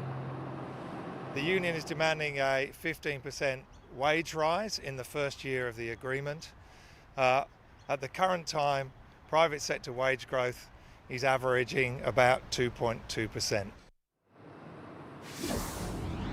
Jetstar says it will provide refunds if your flight is cancelled or delayed for more than 3 hours. And if you're not willing to take your chances, it's also offering refunds to flights scheduled between the 14th and 20th of December. Tim? Sophie Griffiths at Melbourne Airport this morning. Thank you. Well, some of us are guilty of taking the Christmas decorations to the extreme, but this family's home in Germany is excessive to say the least. So much so, they have broken records with 350 Christmas trees set up inside alone. It was more than a month-long operation to get the hundreds of trees up and decorated. No doubt that is going to be a very painful mission to pack away the lights, the tinsels and the balls come the new year. Come on, Tim. Oh, my goodness. No, that is the first thing I think about when I see that is... the clean-up. Oh, imagine putting all that away. That's what I've got. I'm with Snooki. All those balls you've got to pull away. All the balls. Would you bother, though? Would you just start adding Easter bunnies and stuff? Yeah, just leave it out there. Just roll with it for the rest of the year? Yeah, Easter Bunny loves trees, kids. Yeah, well... Where else are going to put their eggs? That's my idea. Right, Snooki? Anyway, moving on. Big news in tennis today, and former world number 1 Caroline Wozniacki has announced her retirement. The 29-year-old Dane will wrap up her career down under with a final bid to regain the Australian Open title in January. I've been playing tennis since I was 7 years old and professionally since I was 15, and you know, I am ready to move on to the next chapter in my life. And so Australian Open 2020 is going to be my last tournament. Fantastic for us here. Wozniacki wraps up her career with 30 titles, having spent 71 weeks at world number 1. You don't want to miss that. Well, some welcome news for Sydney Sixers fans this morning, with the club signing Josh Hazelwood for the Big Bash season. The Paceman was part of the club's inaugural squad that won the first ever Big Bash trophy and returns with the hopes to do it all again. Hazelwood will head to Adelaide today as Australia prepare for the first test against New Zealand. Adam Scott has suffered a cruel blow at the Australian Open, missing the cut by just 1 shot. That's despite a strong second round that saw him finish with a bogey-free 4 under 67. Fellow Aussie Matt Jones birdied his last hole to finish the day on top of the leaderboard at 10 under par. As you can tell by the voice, I think the smoke's got to me a little bit, but no, I feel good. My game was actually pretty good today. Putted well, hit it better today, and I like where I am going into Saturday and Sunday. Yeah, fingers crossed that haze eases. Well, hot on the Aussie leader's heels is world number 14, Paul Casey, who trails Jones by just 1 shot. And new NRL boss Peter V'landys has wasted little time making an impact, with a number of rule changes confirmed in the league for 2020. A captain's challenge will be introduced in the new year. A move V'landys says is largely due to a fan survey in the wake of this season. Also being introduced is a 20-40 kicking rule, as well as a crackdown on trainers on the field. V'landys was always going to make waves, and he has certainly started that. All right, thanks so much. Well, let's find what's happening with the weather with our very own Alex Dyson. Where are you, Alex? We're in St Kilda today, guys. We're in the spot checker set up by Tal here to give Melburnians some free skin checks, which is pretty important coming into another hot summer. The sun is going to be out, and we want to make sure that you're feeling good going into a little bit of outside fun times. Now, we've got Dr. Sally Phillips in here, about to give me a live on-air skin check. Doctor-patient privacy be damned. This is a peek behind the curtain as to what's going on here. You've got the light on me there. Yep. Sally, what are we looking at? What are we looking for? We're just looking at some of your spots, Alex, and just making sure whether there's any irregularities, if the size is the wrong, if it's grown a little bit too much, and a few other things. But these look good to go. Oh, excellent. I got some good regular moles and freckles. That's excellent.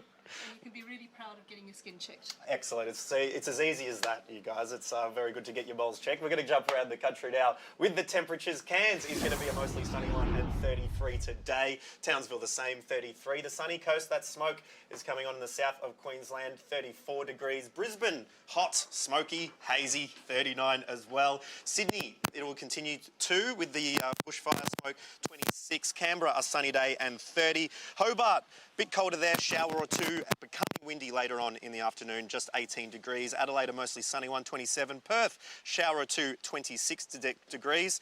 Karratha, it'll be sunny and 39. Alice Springs, sunny and 41. And Darwin, partly cloudy today and 36 degrees. Now, Dr. Sally has given me the all clear to go out. I'm feeling good about my skin, which means with a hat and a little bit of sunscreen and a towel, of course, we could go and enjoy another day at the beach. So we'll see you guys later. It's warming up now, isn't it, Alex? He was wearing a jacket earlier. He was freezing an hour ago, and now he's like, I'm going to hit the beach. Fantastic stuff, Alex. See you soon. Well, a bureaucratic bungle that landed an Australian refugee in a Bangkok prison last November caught the attention of the world. It's a wonderful finish. Hakeem al-Araibi. Footballer Hakeem al-Araibi fled Bahrain in 2014, convicted of vandalising a police station, even though he was overseas playing in a televised football match at the time. He was granted refugee status and settled in Melbourne. Last year, he travelled to Thailand with his wife for their honeymoon, but was arrested due to a wrongly issued Interpol red notice. Please stop them. What do you hope happens today? I don't know. I don't want to go to Bahrain. I want to go to Australia. I didn't do anything in Bahrain. I'm a refugee. He was detained for 77 days. The mission to save him went global when former Socceroos captain Craig Foster took the fight public. The social media hashtag #SaveHakeem trended in 81 countries as Foster visited Hakeem in prison, flew to Switzerland to speak with FIFA, and mobilised a global audience to pressure the Thai government. Finally, after 2 months in prison, the charges were dropped and Hakeem returned home. Australia, this is my country. And the man who led that incredible campaign, soccer legend, Craig Foster, joins us this morning. Craig, I mean, looking back on all that now, it was such an incredible time, just a time of everyone coming together to save one person. People power really did help save Hakeem. It wasn't just a hashtag. No, that's true. It made a huge difference, and people reaching out in Australia and using the compassion that we know exists within so many Australians, and stepping forward and taking action was really important because it allowed us to build the pressure on several governments. Of course, it's a military junta in Thailand.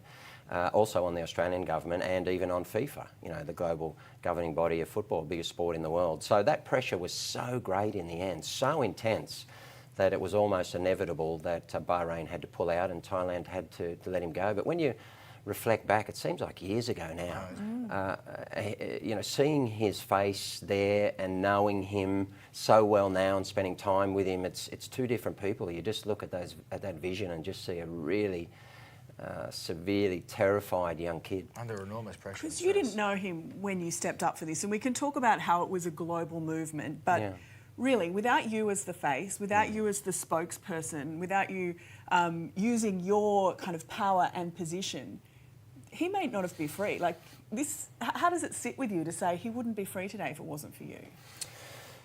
Look, every movement and every cause needs, I think, key people in a whole heap of areas, and one of them is the public face, of course. That's true. I accept that. But without everyone behind, without so many Australians stepping forward, without, you see there, Amnesty, Human Rights Watch, NGOs, without, our players' union here in Australia, because he was a player, and our players, Socceroos and Matildas, made an actual resolution on their executive committee of our own union saying we're prepared to spend money to now, run a campaign to try and get this kid. There were so many great organisations involved, and I think coming into the festive season now, and you see what's happening, the bushfires and all that, the story that we've captured in a book to try and capture that goodwill and thank Australia for what they did, I think it's a nice story coming into this period of the year to say it's so important that we all step forward, whether it's high-profile people or just everyday people, which really we are. It just so happens that all of us just happen to sit on camera for a job. But step forward, do something. It really makes a huge difference.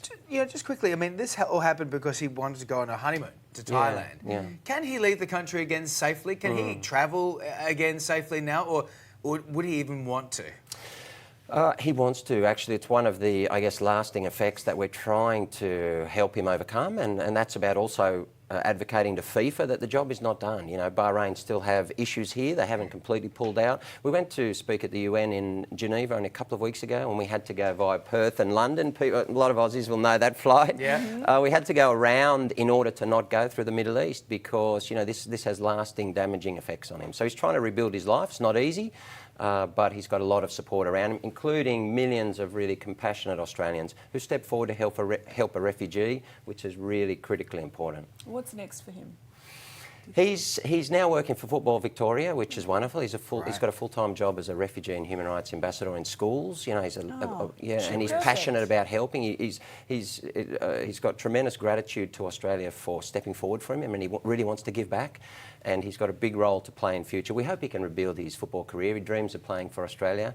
I hope he can. He only recently turned 26, so we hope that he and his wife are going to, be able to achieve all of their dreams in future. Just like every other vulnerable person in Australia and elsewhere. Amazing. Thank you for your work that you've done on this. No, that's okay. And you two guys, thanks for this. I know you had a Christmas party last night, so I was a bit worried. We don't party, Craig. Craig's new book, Fighting for Hakeem, is out now in all good bookstores. Go grab it and just remember how good we all can be at this time of year. Good to see you. Indeed. Great Christmas present. Thanks, Thanks, Craig. guys. Still to come this morning, Hollywood heavyweight Scarlett Johansson opens up about the pain of starring in a flop. Doesn't matter how big a star you are. Oh yeah, it always hurts, doesn't it? Plus, coming off the back of the biggest property gains in the country since 2003, what is the market going to do next year? And what was it like when Sir Elton John stormed the stage, joining the cast of Billy Elliot in Sydney? David's going to find out and we'll show you soon.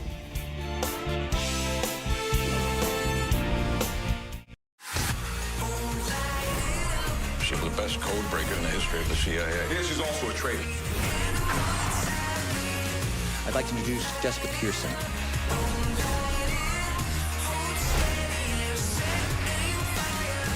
He's offering you a contract marriage. $10 million. Stream entire seasons of the latest US dramas free. For your 9 Now exclusives, download the app now. Not even our competitor's best battery can match the power of Energizer. Because Energizer Ultimate Lithium is the longest-lasting AA battery in the world. Energizer, backed by science, matched by no one. You have to be fast on your fork when there's award-winning half-leg ham, wild boar salami and sweet Iberico Bolotta ham. Because it's the more the merrier this Christmas at Aldi. When you sweat, you lose more than water.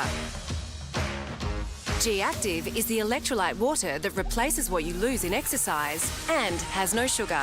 G-Active, water made active.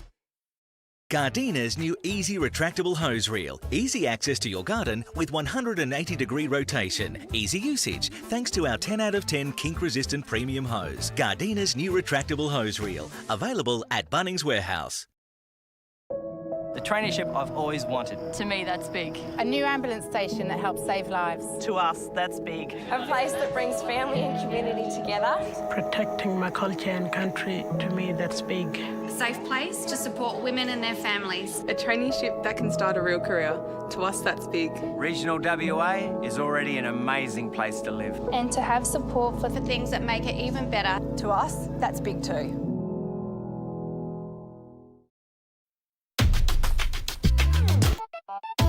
Okay, you have impressive skills. But do you have the skills to fill the demand for jobs in growth areas such as Metronet construction, age disability or childcare, defence manufacturing and maintenance, and tourism? To help you skill up, the state government has pulled fees down, with 34 key TAFE and vocational training courses, now half price. It's lower fees for local skills. Search Jobs and Skills WA and apply now. Authorised by the State Government Perth. Welcome back, Steve. Here's your new phone. Thank you. Just slide here. See that? That's the feeling of being supported. Get that feeling. Click, call, or come in store. When life hands you lemons, hand them back and demand mangoes. Sweet, juicy, mangoes. 100% Aussie Calypso mangoes now available. Aldi. Good. Different. All we've done all this time. What are you doing there, 3PO? Taking one last look, sir, at my friends. Confronting fear. It's the destiny of a Jedi. Your destiny.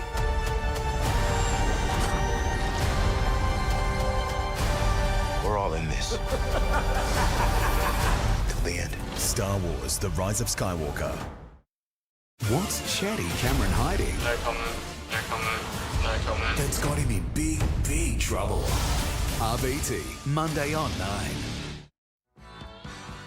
Time for today's Flight Centre deal, and Bali is the place to be, so why not explore the sacred monkey forest in Ubud, the ancient Hindu temple in Uluwatu, or the laid-back beaches of Sanur. This mini escape really is for everyone. From only $415 per person twin share, this package includes 7 nights accommodation, breakfast daily and free Wi-Fi. Check out the prices from your nearest capital city. To book, chat to your Flight Centre travel expert in store today, call 131 600 or go online. What a banger that song is. Well, how much of a difference can just one cup of coffee make? For St John's Primary School in the Kibera slum in Nairobi, it makes all the difference. Yeah, thanks to 3 Queensland University students who've launched a social enterprise selling coffee and are using the profits to give hundreds of children a future. Carrie-Anne Greenbank joined them in the Kibera slum. Arriving at his parents' safari lodge in Kenya, 19-year-old Jim Chapman isn't here for a holiday.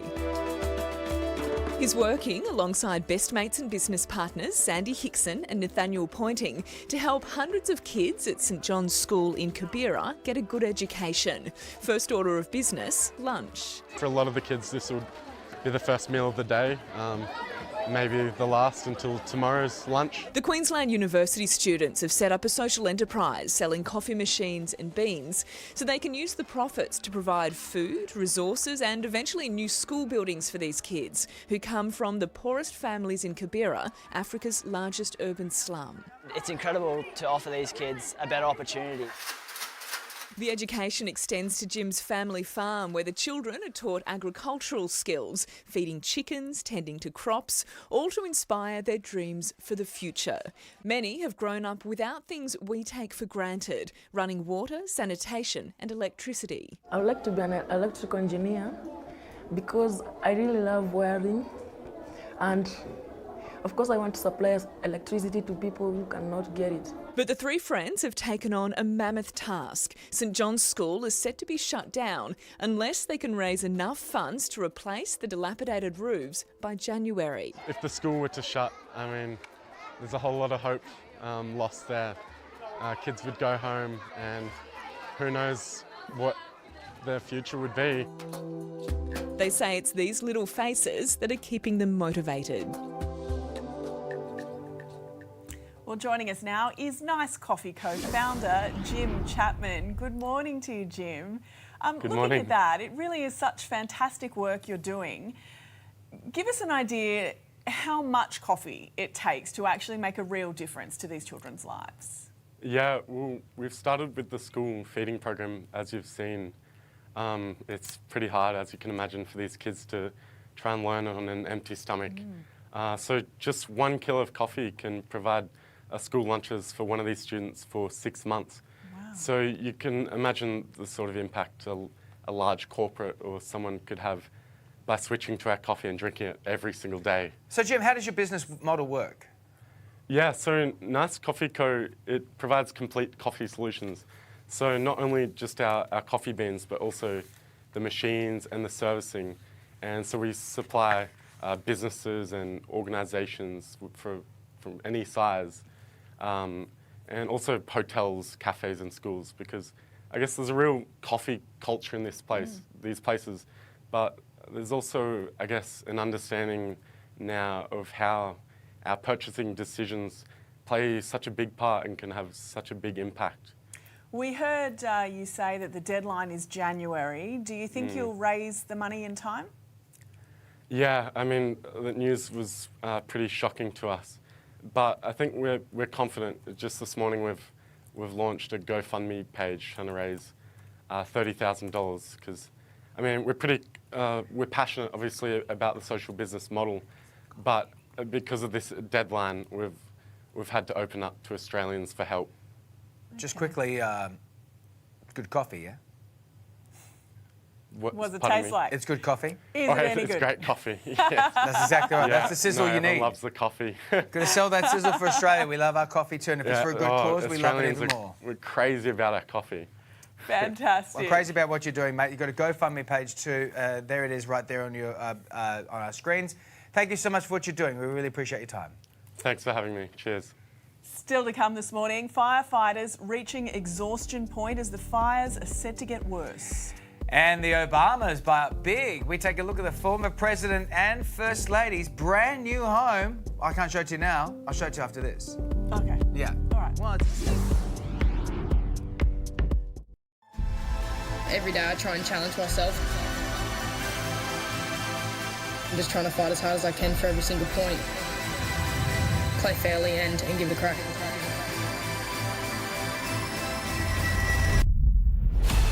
She is world #1. You can take the fun to a whole new level this Christmas. Trestle table, only $59. Clamshell sandpit, just $12.50. Where you find a competitor's lower price on the same stocked item, we'll beat it by 10%. Lowest prices are just the beginning, that's our policy.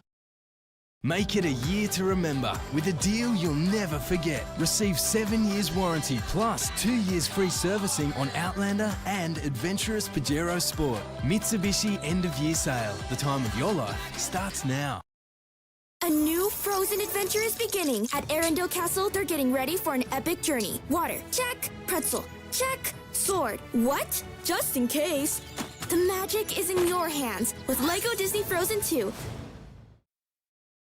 Beat the Blitz and get your gifts at Chemist Warehouse. Our huge December catalogue sale's on now. Get Sustain Complete all-in-one eye drops, $13.99. Swiss Kids Multi 60 chewable tablets, $12.49. Microgenics Probiotic 35 billion 60 capsules, $18.99. And any Bondi Sands Sun Care favourites from $6.49. For the biggest range at the lowest price, shop at Chemist Warehouse and stop paying too much.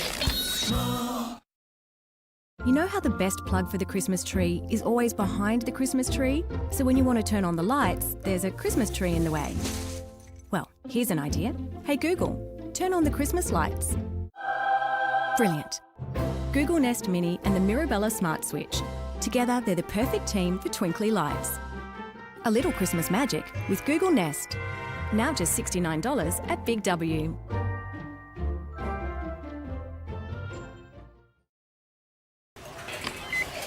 They moved the meeting. Marty, we're running late. Stall! Exclamation. Happy face. Does it know how many calories are in this? It does. Please tell me it's tracking this. That has Spotify. Does it know if it's vegetarian? It does. Alexa, find me a yoga class. Nice. My sleep score is 82.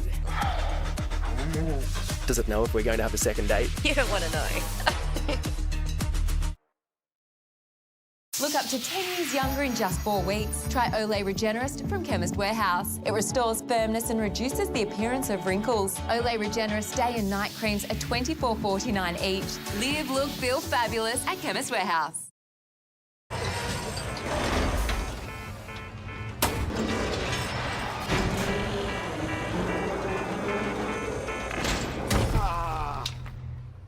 A construction crane.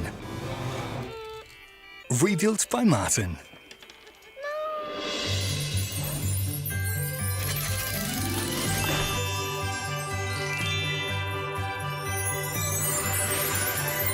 Rebuild the world. Lego! Clean heat make us easy, you know? By doing little things to help your life flow. Like when you're moving house, let them know. Just jump online and away you go. That's a no. Sorry, if you just put it down. The time for a new Nissan is now.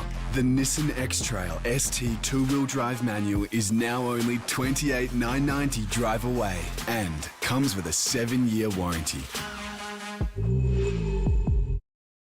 Tiger Woods Team USA takes on the world. The world's best golfers are coming to 9. The President's Cup, Thursday on 9 Jan. You know I love Christmas, right? Oh, yeah, who And doesn't? just when you thought Taylor Swift has done it all, well, she's dropped her first Christmas song, complete with a music video made from her childhood home movies. In my heart is a Christmas tree farm. There's a light in the barn. We run inside out from the cold. Oh, I'm not sold on I was the getting name, though. The tune is called Christmas Tree Farm, and it's original number. But she's not the only star to rewrite the Christmas rules with a new tune. Keith Urban has also recorded his first Christmas song in his 3-decade career, and this one is all about a Christmas gone wrong. Ain't gonna snow this year, and the fog is too heavy to cut a path for the reindeer. Your sister's stuck in Denver. Oh, your sister's stuck in Denver. Yeah, I think Keith sounds... You know, it's a little bit sort of slow dancey, a little bit sort of sassy Christmas. It's nice. Although, like, he's Australian. It never snows on Christmas Day in Australia. That's true, Jane. Well, thank you for that breaking news. Letting the team down there. Would you download any of those songs and put them on your list? I'd probably I'd go Keith. First, I'd download the David Campbell Christmas album. Thank you. And then Keith Urban. No, absolutely. Yeah, it's a good one. All right, let's go straight to the news now, and it's time for you, Tim. Thank you both. Good morning again. It has been a mammoth and non-stop effort on firegrounds along our east coast through the night, crews wrangling a number of emergency blazes, all of which have been downgraded this morning. Right now, 94 bushfires are burning in New South Wales, 11 are at watch and act level. Currently, there are 45 fires burning throughout Queensland, with a heightened fire conditions across both states today. We have the latest information with our reporters standing by, but first, let's bring in Commissioner Shane Fitzsimmons at the Rural Fire Service headquarters. Commissioner, good morning. What are your crews expecting to face today? Yes, good morning, Tim. As you indicated, we've got another tough day. We've got more than 90 fires still burning. Half of them are still not contained. We've got those 11 at the watch and act alert level already. And they are extending everywhere from southwest Sydney down near the Natai and Picton areas there. We've got this concentration of 8 fires just on the northern outskirts of Sydney, north of the Hawkesbury River, and extending all the way up through the Hunter, the western area of the Central Coast, in towards areas like Cessnock and Singleton. There's 8 fires in that area that are at watch and act alert level, and then we've got another 2, one up near Kempsey and another up just west of Coffs Harbour. They're obviously a key focus area today, given the hot, dry, windy conditions that we're expecting. And today, Tim, we're going to see a real challenge with this convergence of winds. We're going to see easterly winds along the coast, which will push right out into some of these fire grounds.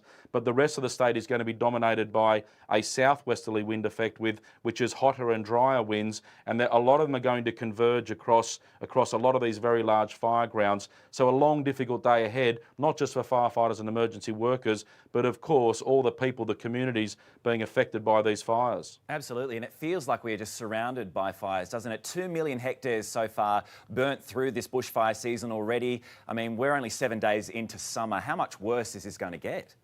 Tim, you're spot on. We're somewhere just under 2.2 million hectares. The fires we've got at the moment that we're dealing with are somewhere up around 1.6, 1.7 million hectares of still difficult fire conditions.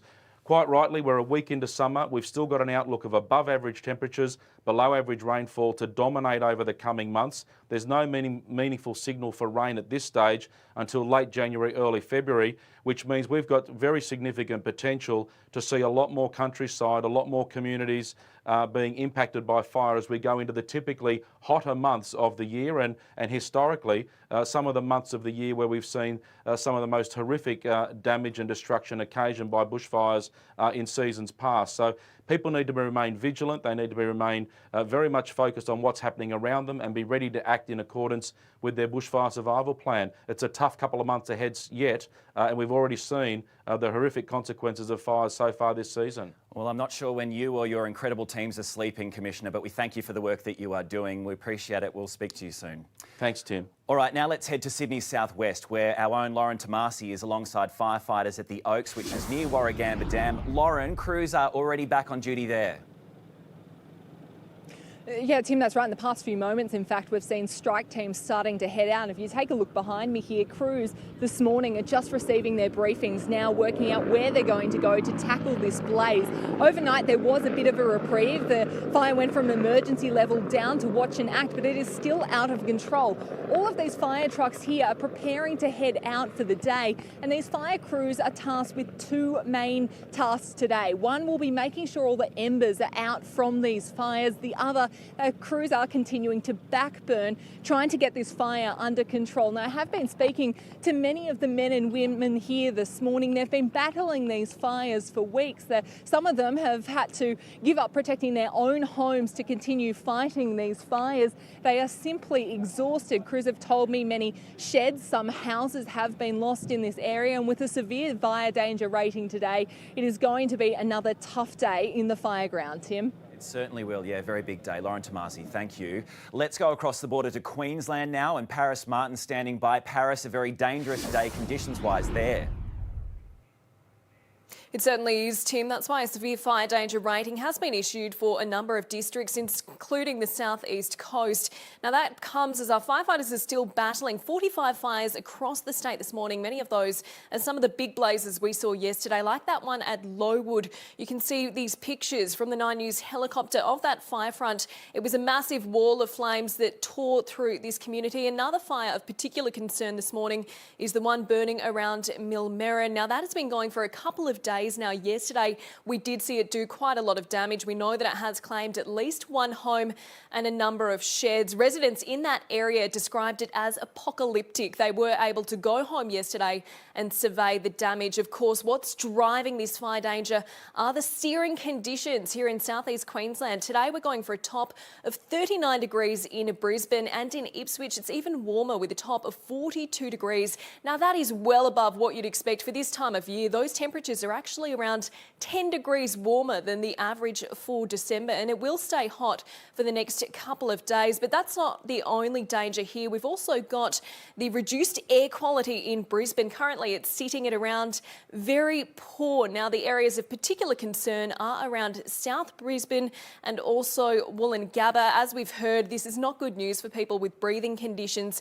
So certainly the message this morning, whether people are out near these fire zones or whether they're here in Brisbane, they do really need to heed these warnings in order to keep themselves safe. Tim? It certainly is. All right, Paris Martin there this morning. Thank you. Overseas now, and a gunman has opened fire in a classroom at a naval base in Florida this morning, killing 3 people and injuring several more. Let's go to our US correspondent, Alexis Daish. Lexi, the shooter had links to the airbase. Yeah, that's right, Tim. He was a Saudi military trainee and he was actually studying aviation at this naval airbase in Pensacola, Florida, when he opened fire there just before 7 o'clock this morning local time. He was armed with a handgun when he shot and killed 3 victims inside a classroom building. And that's when 2 very brave responding deputies actually took him on, and there were shots fired between them over 2 floors in that building. As a result of that, both of those deputies were wounded as well as several others who were taken off to hospital. And in the process of this shootout, the gunman himself was also shot and killed. The big question now is motive. Well, the FBI is now leading this investigation. The focus is obviously on whether this was an act of terror. That's something they will want to establish very quickly to make sure that there aren't other air bases in the US that are now vulnerable. The President has been briefed on the situation and he spoke at the White House not long ago. It's a horrible thing that took place, and we're getting to the bottom of it. All of the investigators are there now, and they're studying it very closely. And terrible thing, and our condolences go to the families and to everybody involved, including the wounded. We have some badly wounded people also. And Tim, this is the second shooting at a naval airbase here in the US just in the last few days. Yeah, shocking stuff, right? Alexis Daish, thank you. A jury in Los Angeles has heard Elon Musk should pay a British cave diver millions of dollars in damages over an offensive comment made on Twitter. A US correspondent, Charles Croucher, joins us with the details. Charles, where are we at in this case? Tim, the case is now in the hands of that jury. 5 women, 3 men. They've just retired to deliberate in the building behind me, having heard hours of closing statements this morning. Among those arguments, the request from the plaintiff that the damages be $190 million paid from Elon Musk, the Tesla CEO, to Vernon Unsworth, a cave diver from Britain in his 60s. This all dates back to the Thai cave rescue, in a time in which Mr Musk called Mr Unsworth a pedo guy on Twitter. Now, Mr Unsworth's plaintiff and lawyer said today that was like a nuclear bomb that has followed his client around despite all the awards and all the accolades since that rescue. As for Mr Musk's defence, he has argued throughout this was meant as an insult and in no way as an accusation of a crime that is committed. But regardless, at $190 million, if this jury comes down in favour of the plaintiff, will make it one of the most expensive tweets ever sent. Certainly will. Charles Croucher outside the court there in Los Angeles this morning. Thank you. A nice reminder for anyone who does take to Twitter with offensive comments that it does have repercussions. We shall see how that plays out. You are publishing. Yes. That is called publishing. That's it. Yeah. All right. Thanks so much, Tim.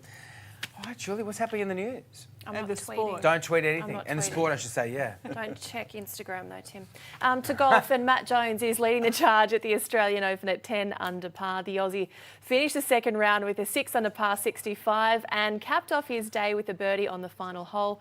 Hot on his heels is American world number 14, Paul Casey, who trails by 1 shot. Adam Scott had a strong second round, but it wasn't enough to see him make the cut, missing it by 1 shot. Tim just checked Instagram. Former tennis world number 1, Caroline Wozniacki, has announced her retirement. The 29-year-old will wrap up her career down under with a final bid to regain the Australian Open title in January. Taking to social media, Wozniacki says, after 30 WTA titles and 71 weeks at world number 1, just remarkable, she has achieved all she wanted to. Cricket, and Josh Hazelwood has signed with the Sydney Sixers for the Big Bash season. The paceman was part of the club's inaugural squad that won the first ever Big Bash trophy and returns with the plans to do it all again. Hazelwood will head to Adelaide today as Australia prepare for their first test against New Zealand. And defending NBL champions, the Perth Wildcats have defeated the Sydney Kings 96-77. The Kings were blown off the court as Perth delivered a stunning opening half, shooting 40 points alone in the second quarter. Bryce Cotton was unstoppable, finishing with 27, and the Cairns Taipans claimed a 108-90 point win over the New Zealand Breakers. So very big news in tennis. Get your tickets to the Oz Open next month. It is your chance to see Caroline Wozniacki for the last time here in Australia. Fantastic stuff. Thanks, Nookie. All right, let's get a hit of weather now with Alex Dyson. G'day there. I'm here in St Kilda at the moment, which is safe from a lot of the bad fires that are happening around Australia, but not safe from something that all Australians need to be wary of when it comes to these summer months, and that is the sun. I'm trying to do my best to keep out of it by putting on a rash vest. If you're out for a bit, a rash is a good one. I got my ugly Christmas rashy on, which is pretty good for repelling things, friends, family, Tinder dates, but most importantly, melanomas, as UV rays is responsible for 95% of them. So I encourage people to pop something on if they're going to be out. Sunscreen works as well, as does hats. And also, come down and get your skin checked. Here today, we've got the Tell Spot Checker set up, and that's here until 6 p.m. in St Kilda if you want a free skin check to make sure that all your freckles and moles are looking really good and good for another year here in the Australian sun. Let's have a look at the temperatures and see if there's going to be a little bit of sun about today. There is in Cairns, 33 degrees if you're in the north of Queensland. The same for Townsville, 33. Brizzy, that smoke and haze is going to be there for you with a hot one, and 39 degrees. Gold Coast, similar stuff, 31. Sydney, smoke 2, 26. Canberra, sunny, 30. Melbourne, a mostly sunny day, getting up to a top of 22. Hobart, a bit cooler there, shower or two with some wind later on, 18. Adelaide, mostly sunny, 27. Perth, looking at a shower or two as well, and 26 degrees. Geraldton, partly cloudy, 28. Karratha, getting up there with 39 degrees and sun. And Darwin is partly cloudy and 36. And I'm at the front of the line here now for the Tell Spot Checker. We've got some people checking in. Hello, what's your name? Marie. Now, Marie, when's the last time you got your skin checked? First time. It's the very first time. Yeah, first time. What stopped you from doing it before? Cancer. Yeah, are you scared of what you might find out? Yeah, well, one of the best things is to get it early, and that's the way you can be absolutely sure that it's happening. So come down to St Kilda. You can come and check in for a spot check. You can come and check me out if you like as well in my Christmas rashy. But other than that, it was back to you guys. I love a Tinder Christmas on rashy. the TV. Love it. Swipe left. All right, now for anyone looking to snap up a property before Christmas, there are only 2 big auction days left for the year before things go a bit quieter. So let's take a look at what's on the market for auction today. And Chris Kohler from Your Domain joins us now. Good morning, Chris. Morning. Hey, buddy. Let's go through all the different capital cities and talk about what sort of numbers we're expecting today. Yeah, it's going to be a pretty solid Saturday. We expect about 2,349 to be precise around the capital cities. Now, it's down slightly from last week, but higher than this time last year. And as you say, people now kind of starting to go pretty quickly before Christmas slows things down. In Sydney, 792 auctions going ahead today. In Melbourne, it's going to be 1,269. Whoa, so it's leading the charge as usual. It is quite a big auction city. Brisbane, 88. Adelaide has 98. These are kind of typically lower auction suburb cities, I should say. Canberra with 71 and Perth with 31. So do you have a pick from all of these cities? What's your pick of the lot? Absolutely. Thank you for asking. Yes, no, I think the best one, the one I'm looking forward to seeing is a hotel that's going on the market as a single residence in Queenscliff in Victoria. It is a stunner. Have a look at this. It's 10 bedrooms, 7 bathrooms. It's been beautifully restored. It's, it was once called the Royal Hotel back since 1860, but it's being sold now as a single residence. Price guide anywhere between $3.75 and $4.1 million. So if you for think a whole about hotel, for a whole hotel, consider what you'd be able to get for that in the inner city Sydney suburbs. So yeah. Whoa! But everything always goes way above what they say the price guide is. Well, that's true, exactly. And I mean, something like this with the history, built in 1854, I mean, rebuilt after it's burnt down. I mean, it's incredible. So, yeah, that will be one to watch. And if there is a decent result to be had, I'll be updating us all on the news at 6 p.m. for that one too. Right. So we know auction clearance rates have been really good the last few weeks. What about prices? Are they bouncing back? Absolutely they are. It's been an action-packed couple of months. In fact, in November, it was the strongest month around the combined capital cities since 2003, with the National Home Value Index up 1.7%. So a whole lot of shots to adrenaline happening in the second half of this year for the property market. In Sydney, it was the strongest month in 31 years. So a lot of action to be had there. So it's great if you own a property, and it's really not great if you're trying to get in. Exactly right. It's all not, right, mate. it's Good not to see you. Have a good weekend. Thank you. Coming up, getting home for the holidays, Jetstar staff are walking off the job. What you need to know before your Christmas travel. And could the future of dating be virtual boyfriends? Why single women in China are all jumping on board.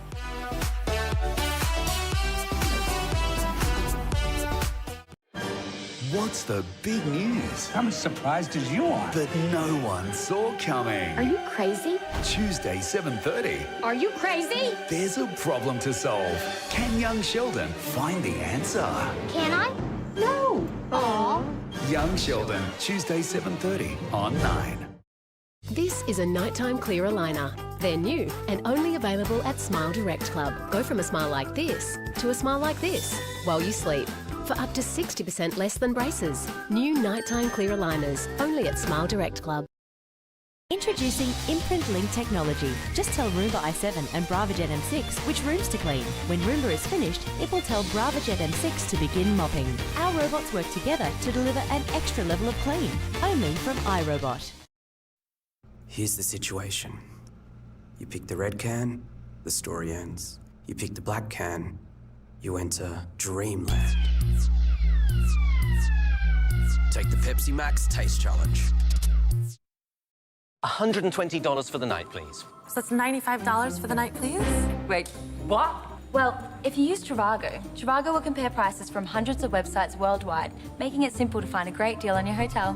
Hotel Trivago. The traineeship I've always wanted. To me, that's big. A new ambulance station that helps save lives. To us, that's big. A place that brings family and community together. Protecting my culture and country, to me, that's big. A safe place to support women and their families. A traineeship that can start a real career. To us, that's big. Regional WA is already an amazing place to live. And to have support for things that make it even better. To us, that's big too.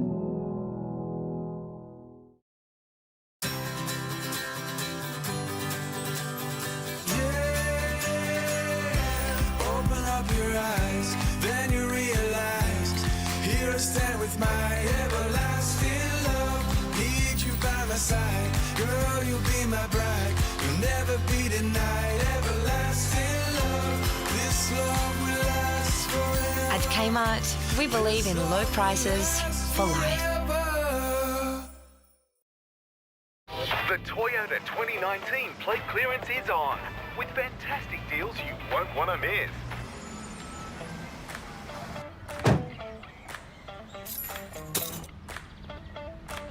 Time for an upgrade? Yep. There's a Kluger here with my name on it. Make any excuse to get Toyota plate clearance value, like Kluger two-wheel drive GX Auto from $41,990 drive away. Search Toyota value. Oh, what a feeling. Toyota. We're about to begin.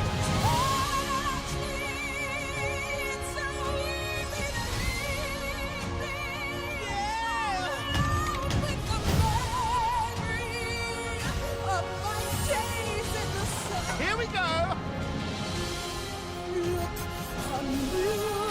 It's a magical night. Cats. It will lift your spirits Over 5 tons. like no other Attenborough adventure. A truly monumental effort. Experience the wildest continent of them all, Africa. Wednesday, 7:30 on 9.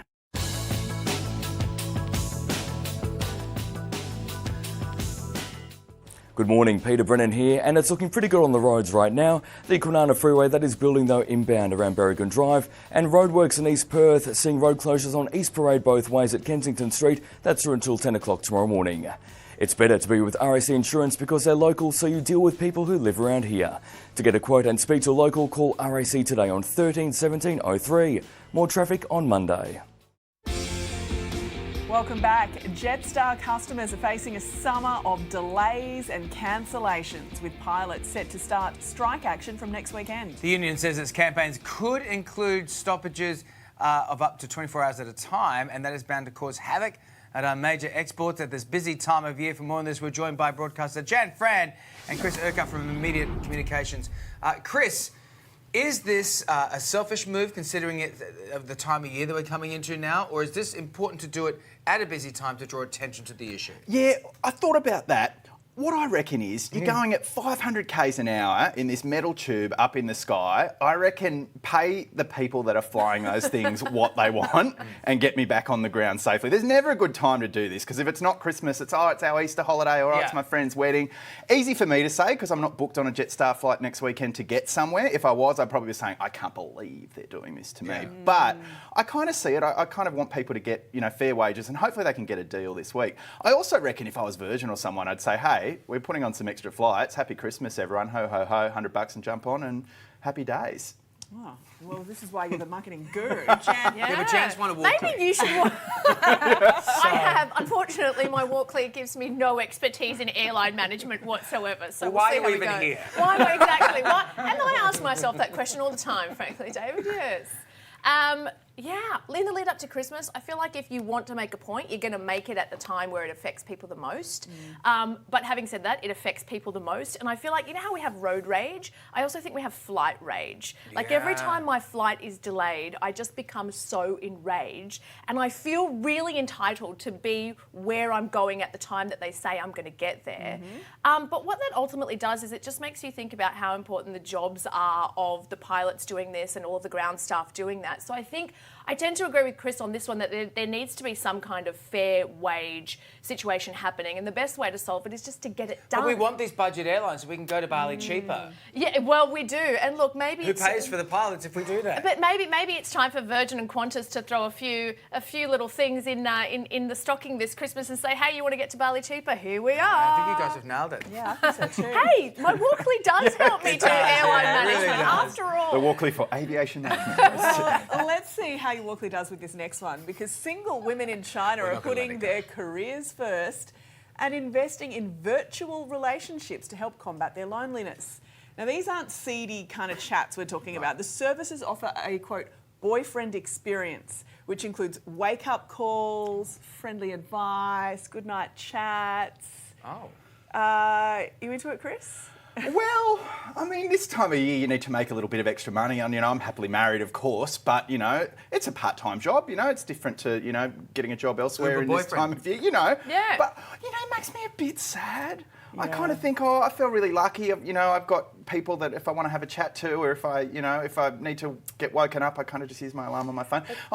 I feel sorry for Jan, people. I feel like this is female empowerment. I think this is I love it, I think here you go. personally. Cut out the man completely, get a virtual man, and just be happy with your life. I love it because you've got your life situation going on over here. You've got your career. You've got you doing what you want, but you want a little bit of company. You can tap in, tap out whenever you want, and you don't get the annoying guy at home. Yeah. I actually think it's a bit of a win-win situation. Whoopi Goldberg was asked recently about marriage and why she's not married, and she said, why would I want somebody in my home? Which I just thought was like That is true. You have to live with them. Such a good way of putting it. It's like, yeah, why would I want somebody in my home? So it's like, you kind of get the best of both worlds. It's a bit weird, but hey, if it works for you, it works, Yeah.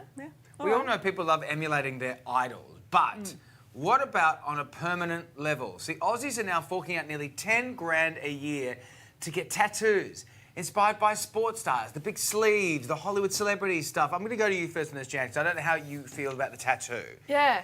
But this is big, 10 grand. I would like to remind people it's mainly permanent. What if this fad goes out of style? And what it will. Do you think? And it the sleeve, will. you think it will go out of style? Yeah, I feel like it will. Tattoos sort of scare me. I've got a tattoo, which is a tiny one of my husband's initials. I don't know if you can see it, but I've always said to myself Does that... he sign his name like Donald Trump? Yeah, well, my Just husband... I'm married to Donald Trump. Yeah, that's right. You did say that. Thank you so much. Yeah. But I've always thought if we ever got divorced, I could just kind of change it to sort of snow-capped mountains, right? Beautiful. So I feel like if you're going to spend that much money on a tattoo, you need to have a plan. Yeah, you need an out. Yeah, exactly. Good for hubby to know too. To look like a celebrity. I get it if you're 12 and you're a 12-year-old girl and you've got a picture of Justin Bieber poster up in your bedroom, or, I used to cricket players or whoever it happens to be. When you're a grown adult and you want the same tattoo as your favourite footy player or your favourite rock star, come on. You think it's a bit too much fanning? It's way too much fanning. I can't cop it one bit. All right, let us know what you think about this. Great to have you both in. And Chris, I'm sorry for not winning a Walkley. I really apologise for you. This time next year, who knows? We could all be there. We're not going to be there. No.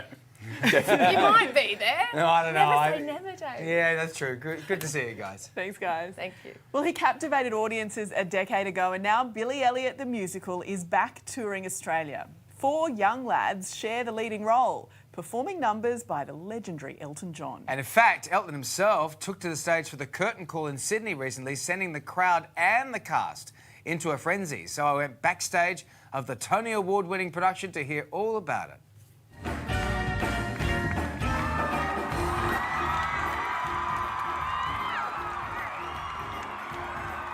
So you got to meet Elton John.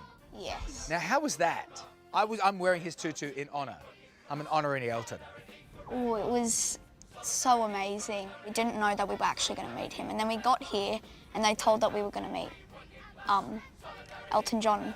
Did he say, call me Sir Elton John? Because he's a Sir now. Yes. He did we say that? called him Sir. Well, did you? Danny told us to. The young Billies weren't the only ones to get starstruck by Sir Elton. So we knew that he was possibly going to come, but we didn't know he'd definitely come. And then we thought he'd stay and maybe meet the cast, but we didn't know he definitely would meet the cast. And then we found out during the show that he was going to join everyone on stage and take the curtain call.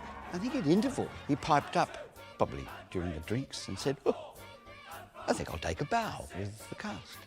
And then there was a major flurrying of getting photographers in and sort of getting the other people in and the rest of the cast and all this sort of stuff in the hour that we have to do the rest of the show.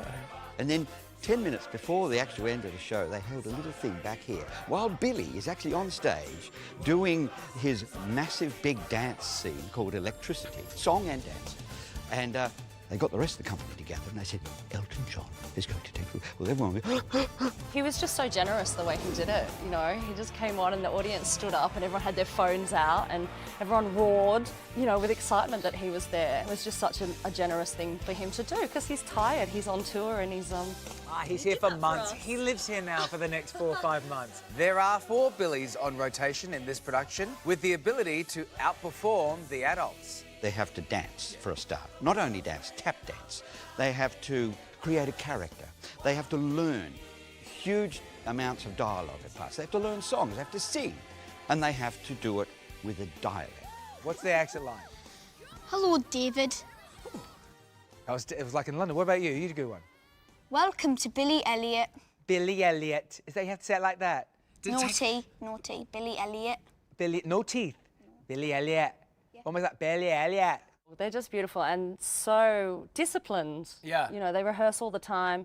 Their accent's better than ours, you know, so... It's tough. One will stand as one, all out as one. One will stand as one, all out for victory. One will stand as one, till we've won. One will stand as one. I felt like the politics of it, the gender politics, the financial politics of what people are going through felt so resonant. Do the kids understand all that? They learn all about the world in which he grows up and they learn about it being, of course, in Easington, which is a mining town in the north of England and set in 1984 during the miners' strike. Of course, Billy's best mate, Michael, loves to dress up in women's clothing and is at perfect ease with that. Even though it's the 80s in this tiny mining town, he is unflappable. And it's an amazing number. It's beautiful. Shut up, you puff! Work is what the hell is wrong with expressing yourself for wanting to be me. Considering I'm dressed the part, that we would do something together. What dance can we do? You should tap in Express. Tap? Yeah. Guys, I'm dressed in ballet outfit here. I wanted to be on point with you two. This is Billy Elliot, so we're going to tap. Yeah. Yeah. Okay, well, how about if I count you guys off, will you tap? Yeah. All right, set yourself ready to go. Okay. Let's see if I can get the tempo right. Ready? 5, 6, 7, 8.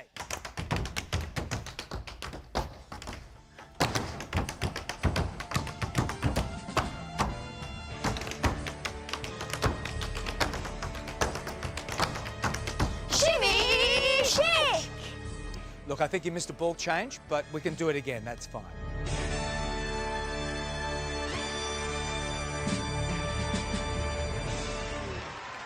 I kid you not, it is an extraordinary experience, and the 4 young men that played Billy are just remarkable. The whole cast is fantastic. That, like, jaw on the floor, kind of amazing. And the storyline is incredible. It's so beautifully done. Billy Elliot, the musical. Do not miss this. It's at the Sydney Lyric Theatre only for 2 more weeks before travelling to Adelaide from the 29th of December. Melbourne is coming for you on the 20th of February. All right, it is now time for the news, so here's Tim. Jane, thank you again. Good morning. Straight to our bushfire crisis, and crews have already started returning to firegrounds across New South Wales, with 94 bushfires currently burning across the state.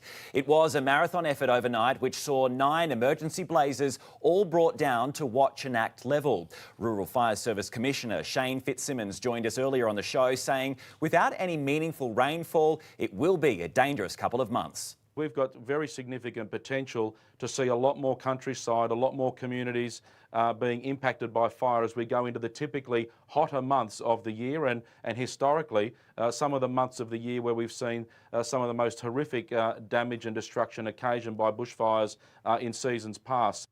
Thick smoke from those fires has settled into the Sydney Basin, but an easterly sea breeze should clear some of that this weekend. Across the border, and searing temperatures are creating dangerous conditions for fire crews, with 45 blazes burning across Queensland. Residents are now returning to their homes in Lowood after a large fire forced thousands to evacuate. While conditions eased overnight, authorities are now preparing for a long day, with the mercury peaking at 42 degrees in Ipswich and 39 degrees in Brisbane. The gunman who killed 3 people at a naval airbase in Florida this morning has been confirmed as a Saudi student. The shooter shot and killed 3 people inside a classroom building, injuring 11 others before he was killed during a shootout with police.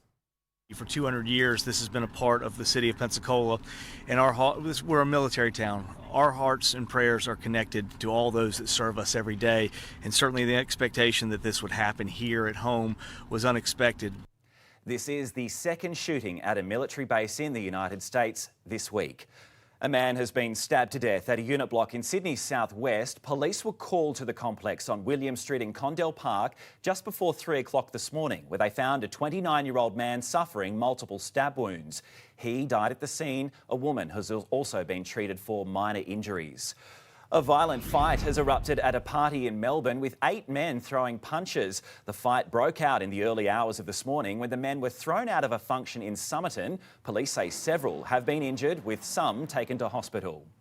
Greta Thunberg has joined climate change activists in Madrid, telling a conference the voices of young people will not be drowned out, despite political leaders ignoring the global environmental youth movement she helped create. The Swedish 16-year-old told the crowd she hoped a United Nations summit next week would lead to something concrete. Yeah, we have been striking now for over a year, and still basically nothing has happened. The climate crisis is still being ignored by those in power. Greta and thousands of protesters then marched along the streets of the Spanish capital, rallying against the lack of progress in tackling the climate emergency. The festive season is all about tradition, but an Italian city has done away with the Christmas tree in favour of a more eco-friendly option. Milan's eco-tree is made of more than 71,000 lights, which are powered by renewable energy. The 37-metre tree is inspired by the historical bell towers of Milan and can even change colours. Oh, amazing. It is just like our Christmas tree this morning. We don't have Where's a our Christmas tree? Christmas tree? Ours are over It's an there. I eco-friendly don't know why they're not on the set. Nobody put them behind us. They're actually sitting on the other side of the cameras. Well done. They're like foreboding over there. We can see them. All right, let's get some sport now with Shall I Julie. go grab one? Yeah. Right. Could you? Go get one. We'll have it back. You just do your sport. I'll be All right, back. I'll just keep going. Former tennis world number 1 Caroline Wozniacki has announced her retirement. The 29-year-old will wrap up her career down under with a final bid to regain the Australian Open title in January. Taking to social media, Wozniacki says after 30 WTA titles and 71 weeks, there's a tree at world number 1, she has achieved all she wanted to do. Keep going. In the A-League, and Perth Glory have found some form, stunning Melbourne City 3-0. Former City favourite Bruno Fornaroli came back to haunt his old team, firing in the opening goal. The 3-0 win lifts Glory into 6th place, while it was a missed opportunity for City to overtake Sydney FC at the top. The Wildcats have reminded us why they're the defending NBL champs with a 96-77 win over the Kings. Sydney were blown off the court as Perth delivered a stunning opening half, shooting 40 points alone in the second quarter. Bryce Cotton was unstoppable, finishing with 27 for the night. Cairns Taipans claimed a 108-90 point win over the New Zealand Breakers. And if you can just bear with me here, stay with me on this one. That's Look at that a very cute kid. It's Kylie Jenner, the Kardashian one. Her adorable daughter Stormi has hit the it's really hard to read this. That's with okay. Stormi's first trip to the snow. Yep, that's a Kardashian Jr. on the slopes, better form than many. Congratulations, David Campbell. It's now Christmas in Now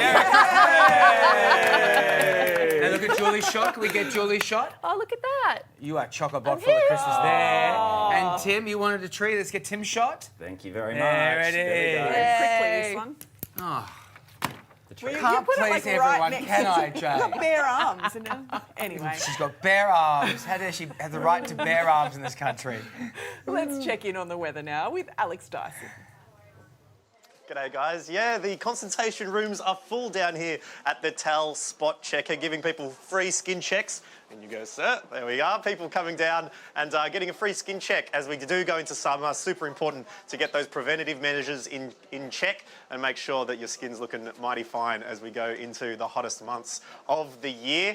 Speaking of which, it's pretty hot around the country, so let's have a look at the temperatures. We've got Townsville, mostly sunny and 33 degrees. In the sunny coast, that smoke is starting to come in with 34. Brisbane, another hot one, smoke and haze with 39 degrees.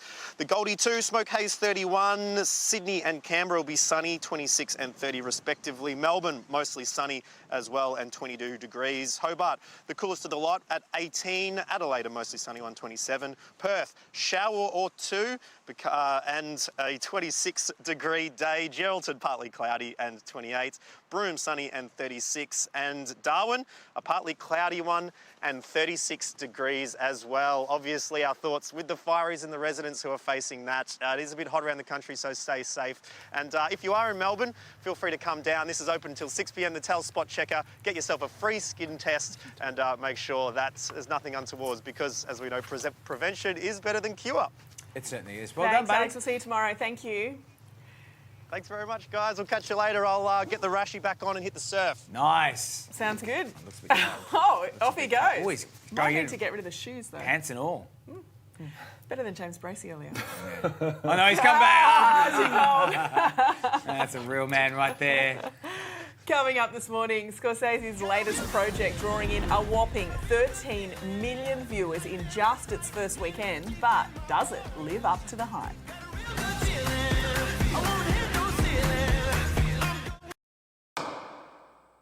We, the jury, find the defendant not guilty. 8 years ago, he got away with murder. He did it again. The body of Jessica Meyer was found 5 days ago. Now, will this Hollywood star escape justice The evidence is there. We just need to find it. again? You're never gonna get me. We're gonna put him away this time. We're good. We're good. I want revenge. Nine's thrilling new The Fifth. Miss me? Starts Monday 8:30 on 9 at 9 now.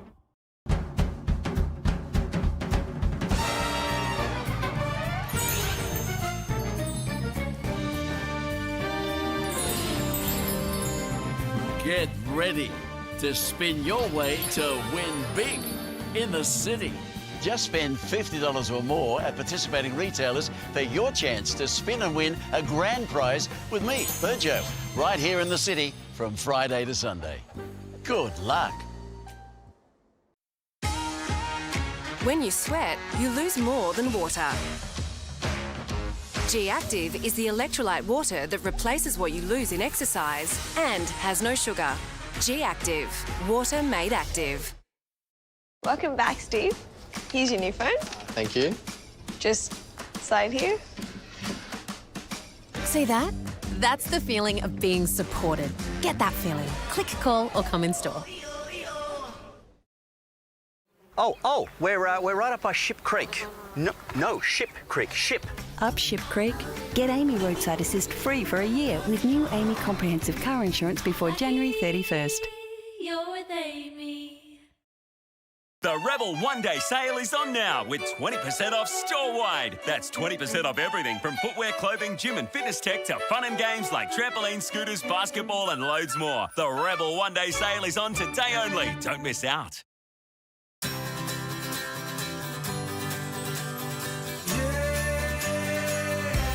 Open up your eyes, then you realize here I stand with my everlasting love. Need you by my side, girl, you'll be my bride. You'll never be denied, everlasting love. This love will last forever. At Kmart, we believe in low prices for life.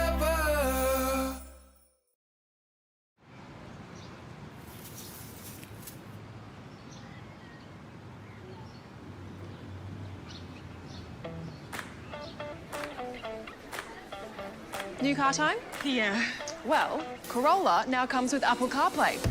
And no creepy crawlies. Make any excuse to get Corolla Hatch-Ascent Sport Petrol from $99 per week with Toyota Access.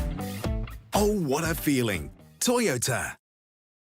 Imagine a place where some very busy people are getting everything ready for your Christmas.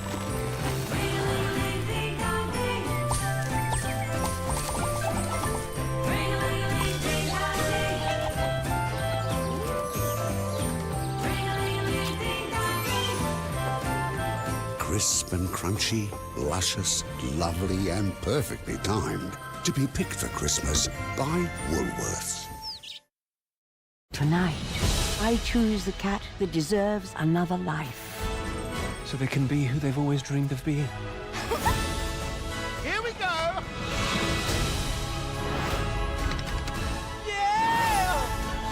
I am quite obviously the best. It's a magical night. That's what I say to you. Let's try again, shall we? Cats. Well, we have some breaking news for you now coming out of the US, so it's over to Tim. Jane, thank you. Let's go to our US correspondent Charles Croucher. We do have breaking news from Los Angeles where a jury has just handed down its decision in a defamation case against Elon Musk. Charles, what is the result? Tim, the jury have found in favour of the Tesla CEO, essentially arguing when he called the British rescue driver involved in that Thai cave rescue a pedo guy over Twitter, he was doing so as an insult, as a joke. It wasn't actually an accusation of a crime. Now, we're standing outside the court because it is possible that Elon Musk will come out. He sat in on the court today. He's been here for most of the proceedings. He took the stand for a short time. What the plaintiffs had asked for today in this defamation lawsuit was $190 million as part of the damages, they say, that happened to Vernon Unsworth. He is that British cave diver that was involved in the Thai rescue. The jury have found, though, in favour of Elon Musk. It took only 45 minutes, quite a quick deliberation. It was the one question they said they found in favour of the defence, and that effectively ends the case for Vernon Unsworth, at least here in the United States. On his way out, Elon Musk said that his faith in humanity is restored. We now wait to see if he or part of his team come out and speak. There is a little movement here. I'm trying to make out through the glass exactly who that is that's coming out. We've seen the members of the jury have already left. They're on their way home for the weekend here in Los Angeles. This has been a big win for Elon Musk, for freedom of speech, he says, but certainly in the fact that this could have been a $190 million settlement. This is Mr. Musk's legal team coming out here. I can't see him as part of the group, so he may have ducked away, but essentially the argument they have made that this was an insult, was a joke, has won out with the jury today. Tim. Yeah, very interesting result. All right, Charles, we will stay across the fallout of this today on 9news.com.au and, of course, in 9 News tonight at 6 o'clock, guys. Thanks, Tim. Well, it has been the one to watch this week on Netflix, and since it dropped on Sunday, Martin Scorsese's The Irishman has been viewed by more than 13 million people. But it's dividing audiences, with some even calling it boring. Entertainment editor Matt Wolfrey has just finished watching it about an hour ago. Takes that long. It takes that long. I mean, it's a over 3 hour film. 3.5 hour film. Someone on put Netflix. up on Twitter the other day how to watch it as a mini-series. Yeah. Where to stop watching Where to stop and break so so that you can go to the toilet, you can make yourself something to eat. Well, 13 million is the average audience. In fact, 17 unique Netflix users, 17 million unique Netflix users have actually watched this show. But what Netflix never tells you when they do their ratings is how long they watched for. Yeah. Some of those could have only watched the first 3 minutes of the movie and switched off. So that's where their ratings are often hard to tell exactly how many people. And considering this movie is 3.5 hours long, how many of those 17 million people actually watch the whole lot? We'll never really know. But look, this one has a lot of Oscar buzz about it. So if you've got to spare 3.5 hours, I think it's one to watch on Netflix so that you're ready for awards season next year. See, I look at it and think, I want to see that, and then you tell me 3.5 hours, and I say, no way, I'm not going to do it. Well, you've got a lot of time coming up. I was about to say, a lazy Saturday afternoon could be a perfect one. Okay, Jennifer Aniston, more talk of a Friends reunion. Yeah, I think I'm going to call this the new Spice Girls saga, because I think it's on again, off again. We're never really going to know the answer until something finally pops up. Jennifer Aniston has really been talking a lot lately about making this happen. What form it's going to come in, we don't know. Definitely not another show, a revival of the show. I think it's more likely a reunion special is what everyone's talking about. But when that'll happen, who's going to be the Victoria Beckham and not show up? That's what we're all going to have to Who's wait and see. going to be the Mel B and ruin it? Exactly. Really quickly, I want to talk about the Obamas have just bought a mansion in Martha's Vineyard, which is a very, very well-to-do place. Exactly, off the coast of Massachusetts there. If you've got a cool $11.75 million, this is what it can buy you. A 7-bedroom mansion in an exclusive estate in Martha's Vineyard. Yes. Apparently they tried it before they bought it as well. Nice. They rented it over the summer and then decided to purchase it because they loved it so much. You know, I think they've got the money. Michelle Obama's memoir sold like 11 million copies. It's an amazing memoir. So, more than Barack's. So, she is the highest-selling memoirist of all time. So, I think she can afford a nice little house to go with that. Well, thanks, buddy. Good to see you. Thank you. Up next, Sandy Beach's Mystical Jungles. What is the most beautiful island in the Caribbean?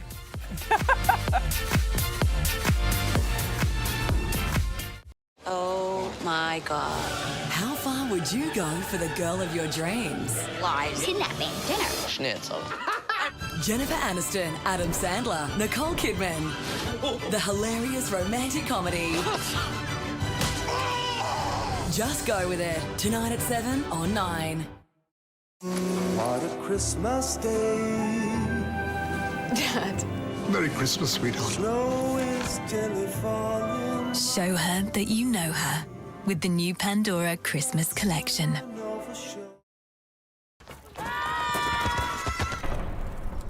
The Karcher Window Vac. Simply spray, wipe and vacuum. The quick way to streak-free windows. The all-new Karcher Window Vac. Now with an extended 100-minute runtime.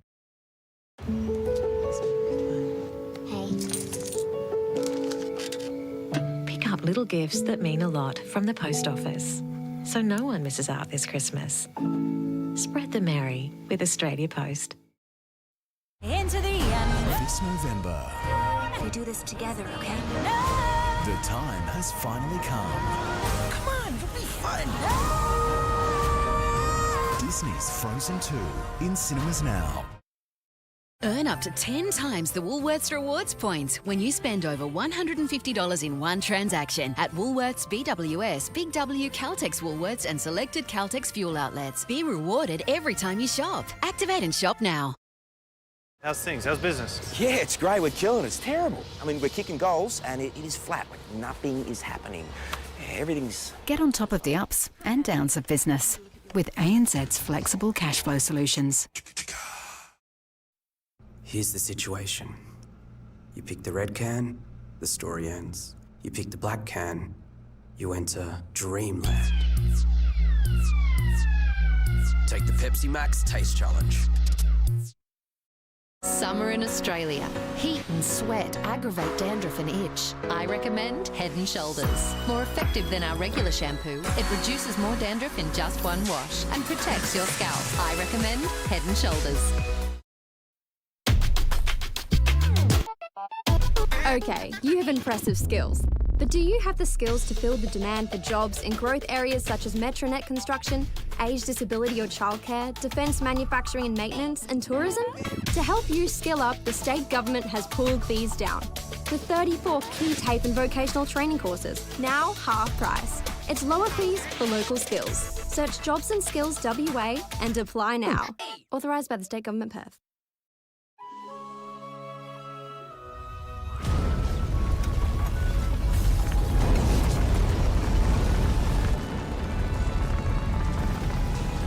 A Princess. Rebuilt by Marie.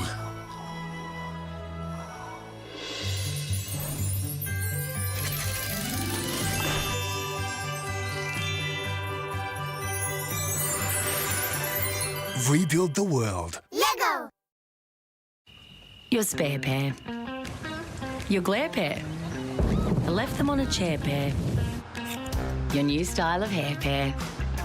Your ex's over there pair. When they're beyond repair pair.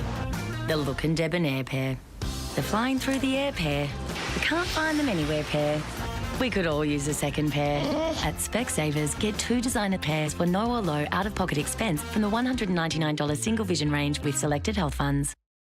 It's the fast, smart and exciting show making Aussies millions. Let's give away $1 million. With the chance to hit it big with life-changing cash prizes. 21,000.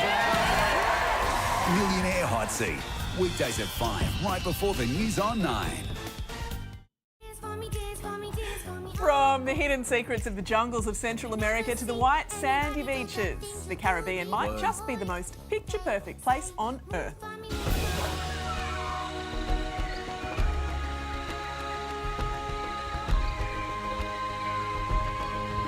Here in the Caribbean, of course, they're famous for their history of pirates and trade with just about every corner of the world. But what a lot of people don't realise is that the mighty empire of the Mayan people used to live here as well for over 1,000 years. I've travelled here on Scenic Eclipse as we explore some of the gemstones of the Caribbean. And today I've arrived in Belize, home to the ancient temple of Al-Tunha. It would have been just mind-blowing when they found these ruins. Uncovered just 50 years ago, the ruins date back to around 500 BC, and this was the main plaza for trading and for sacrifice by the Mayan people. These jungles of Central America are an incredible place to explore and literally shape the very existence of these ancient civilizations.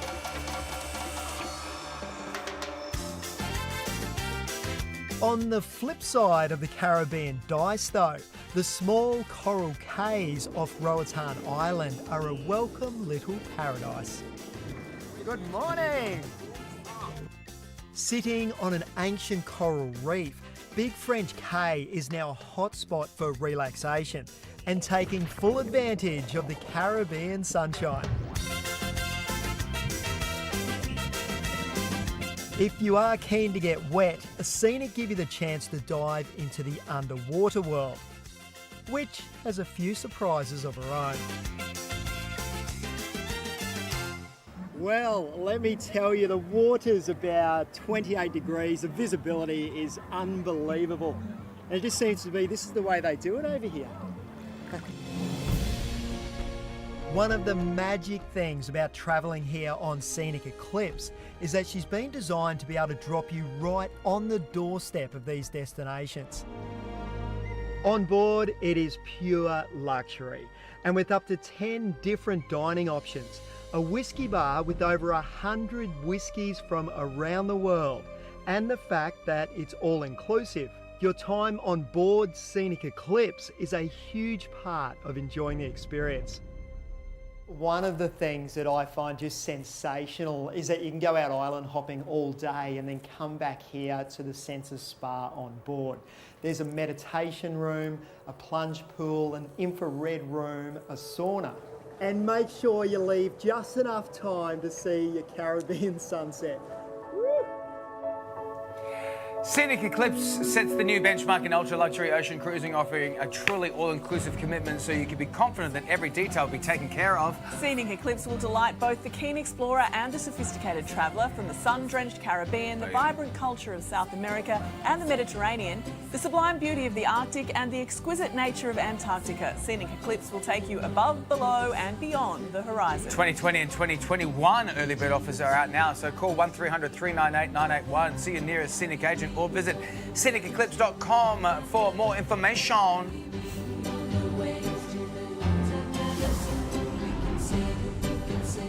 Steve Martin and Martin Shaw. Oh, when did you get here? A little while ago. I thought it was just that voice in my head. 60 Minutes, Sunday. We've got great gifts for Christmas at warehouse prices. Impact Driver Kit, only $99. Grid Connect Security Camera, just $69. Where you find a competitor's lower price on the same stocked item, we'll beat it by 10%. Lowest prices are just beginning, that's our policy.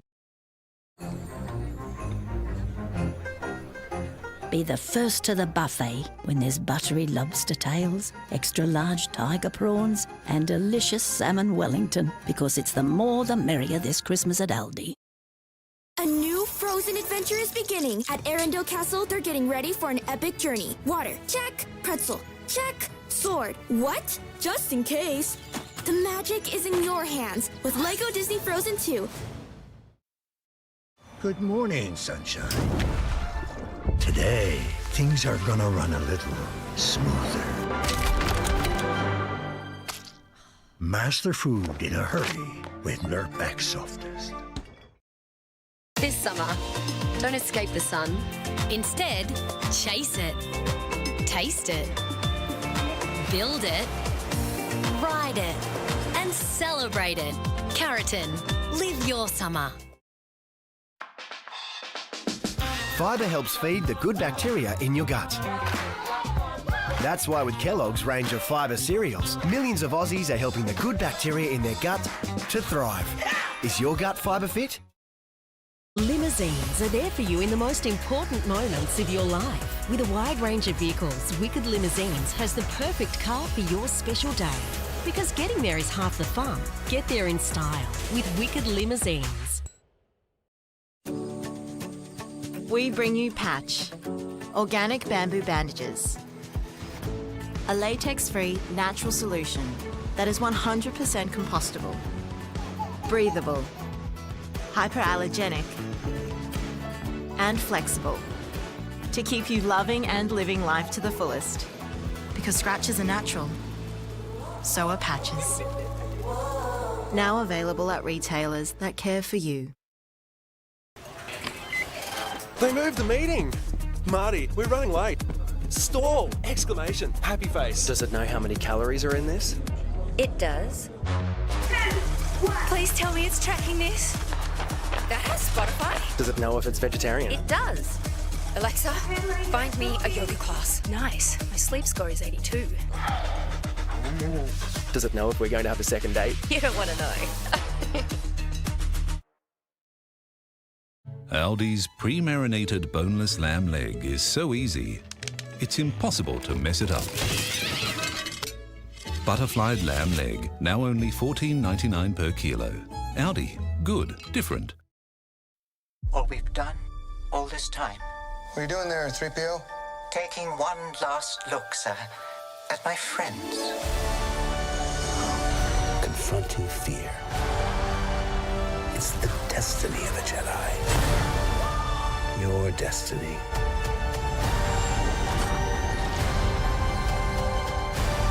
We're all in this. Till the end. Star Wars: The Rise of Skywalker.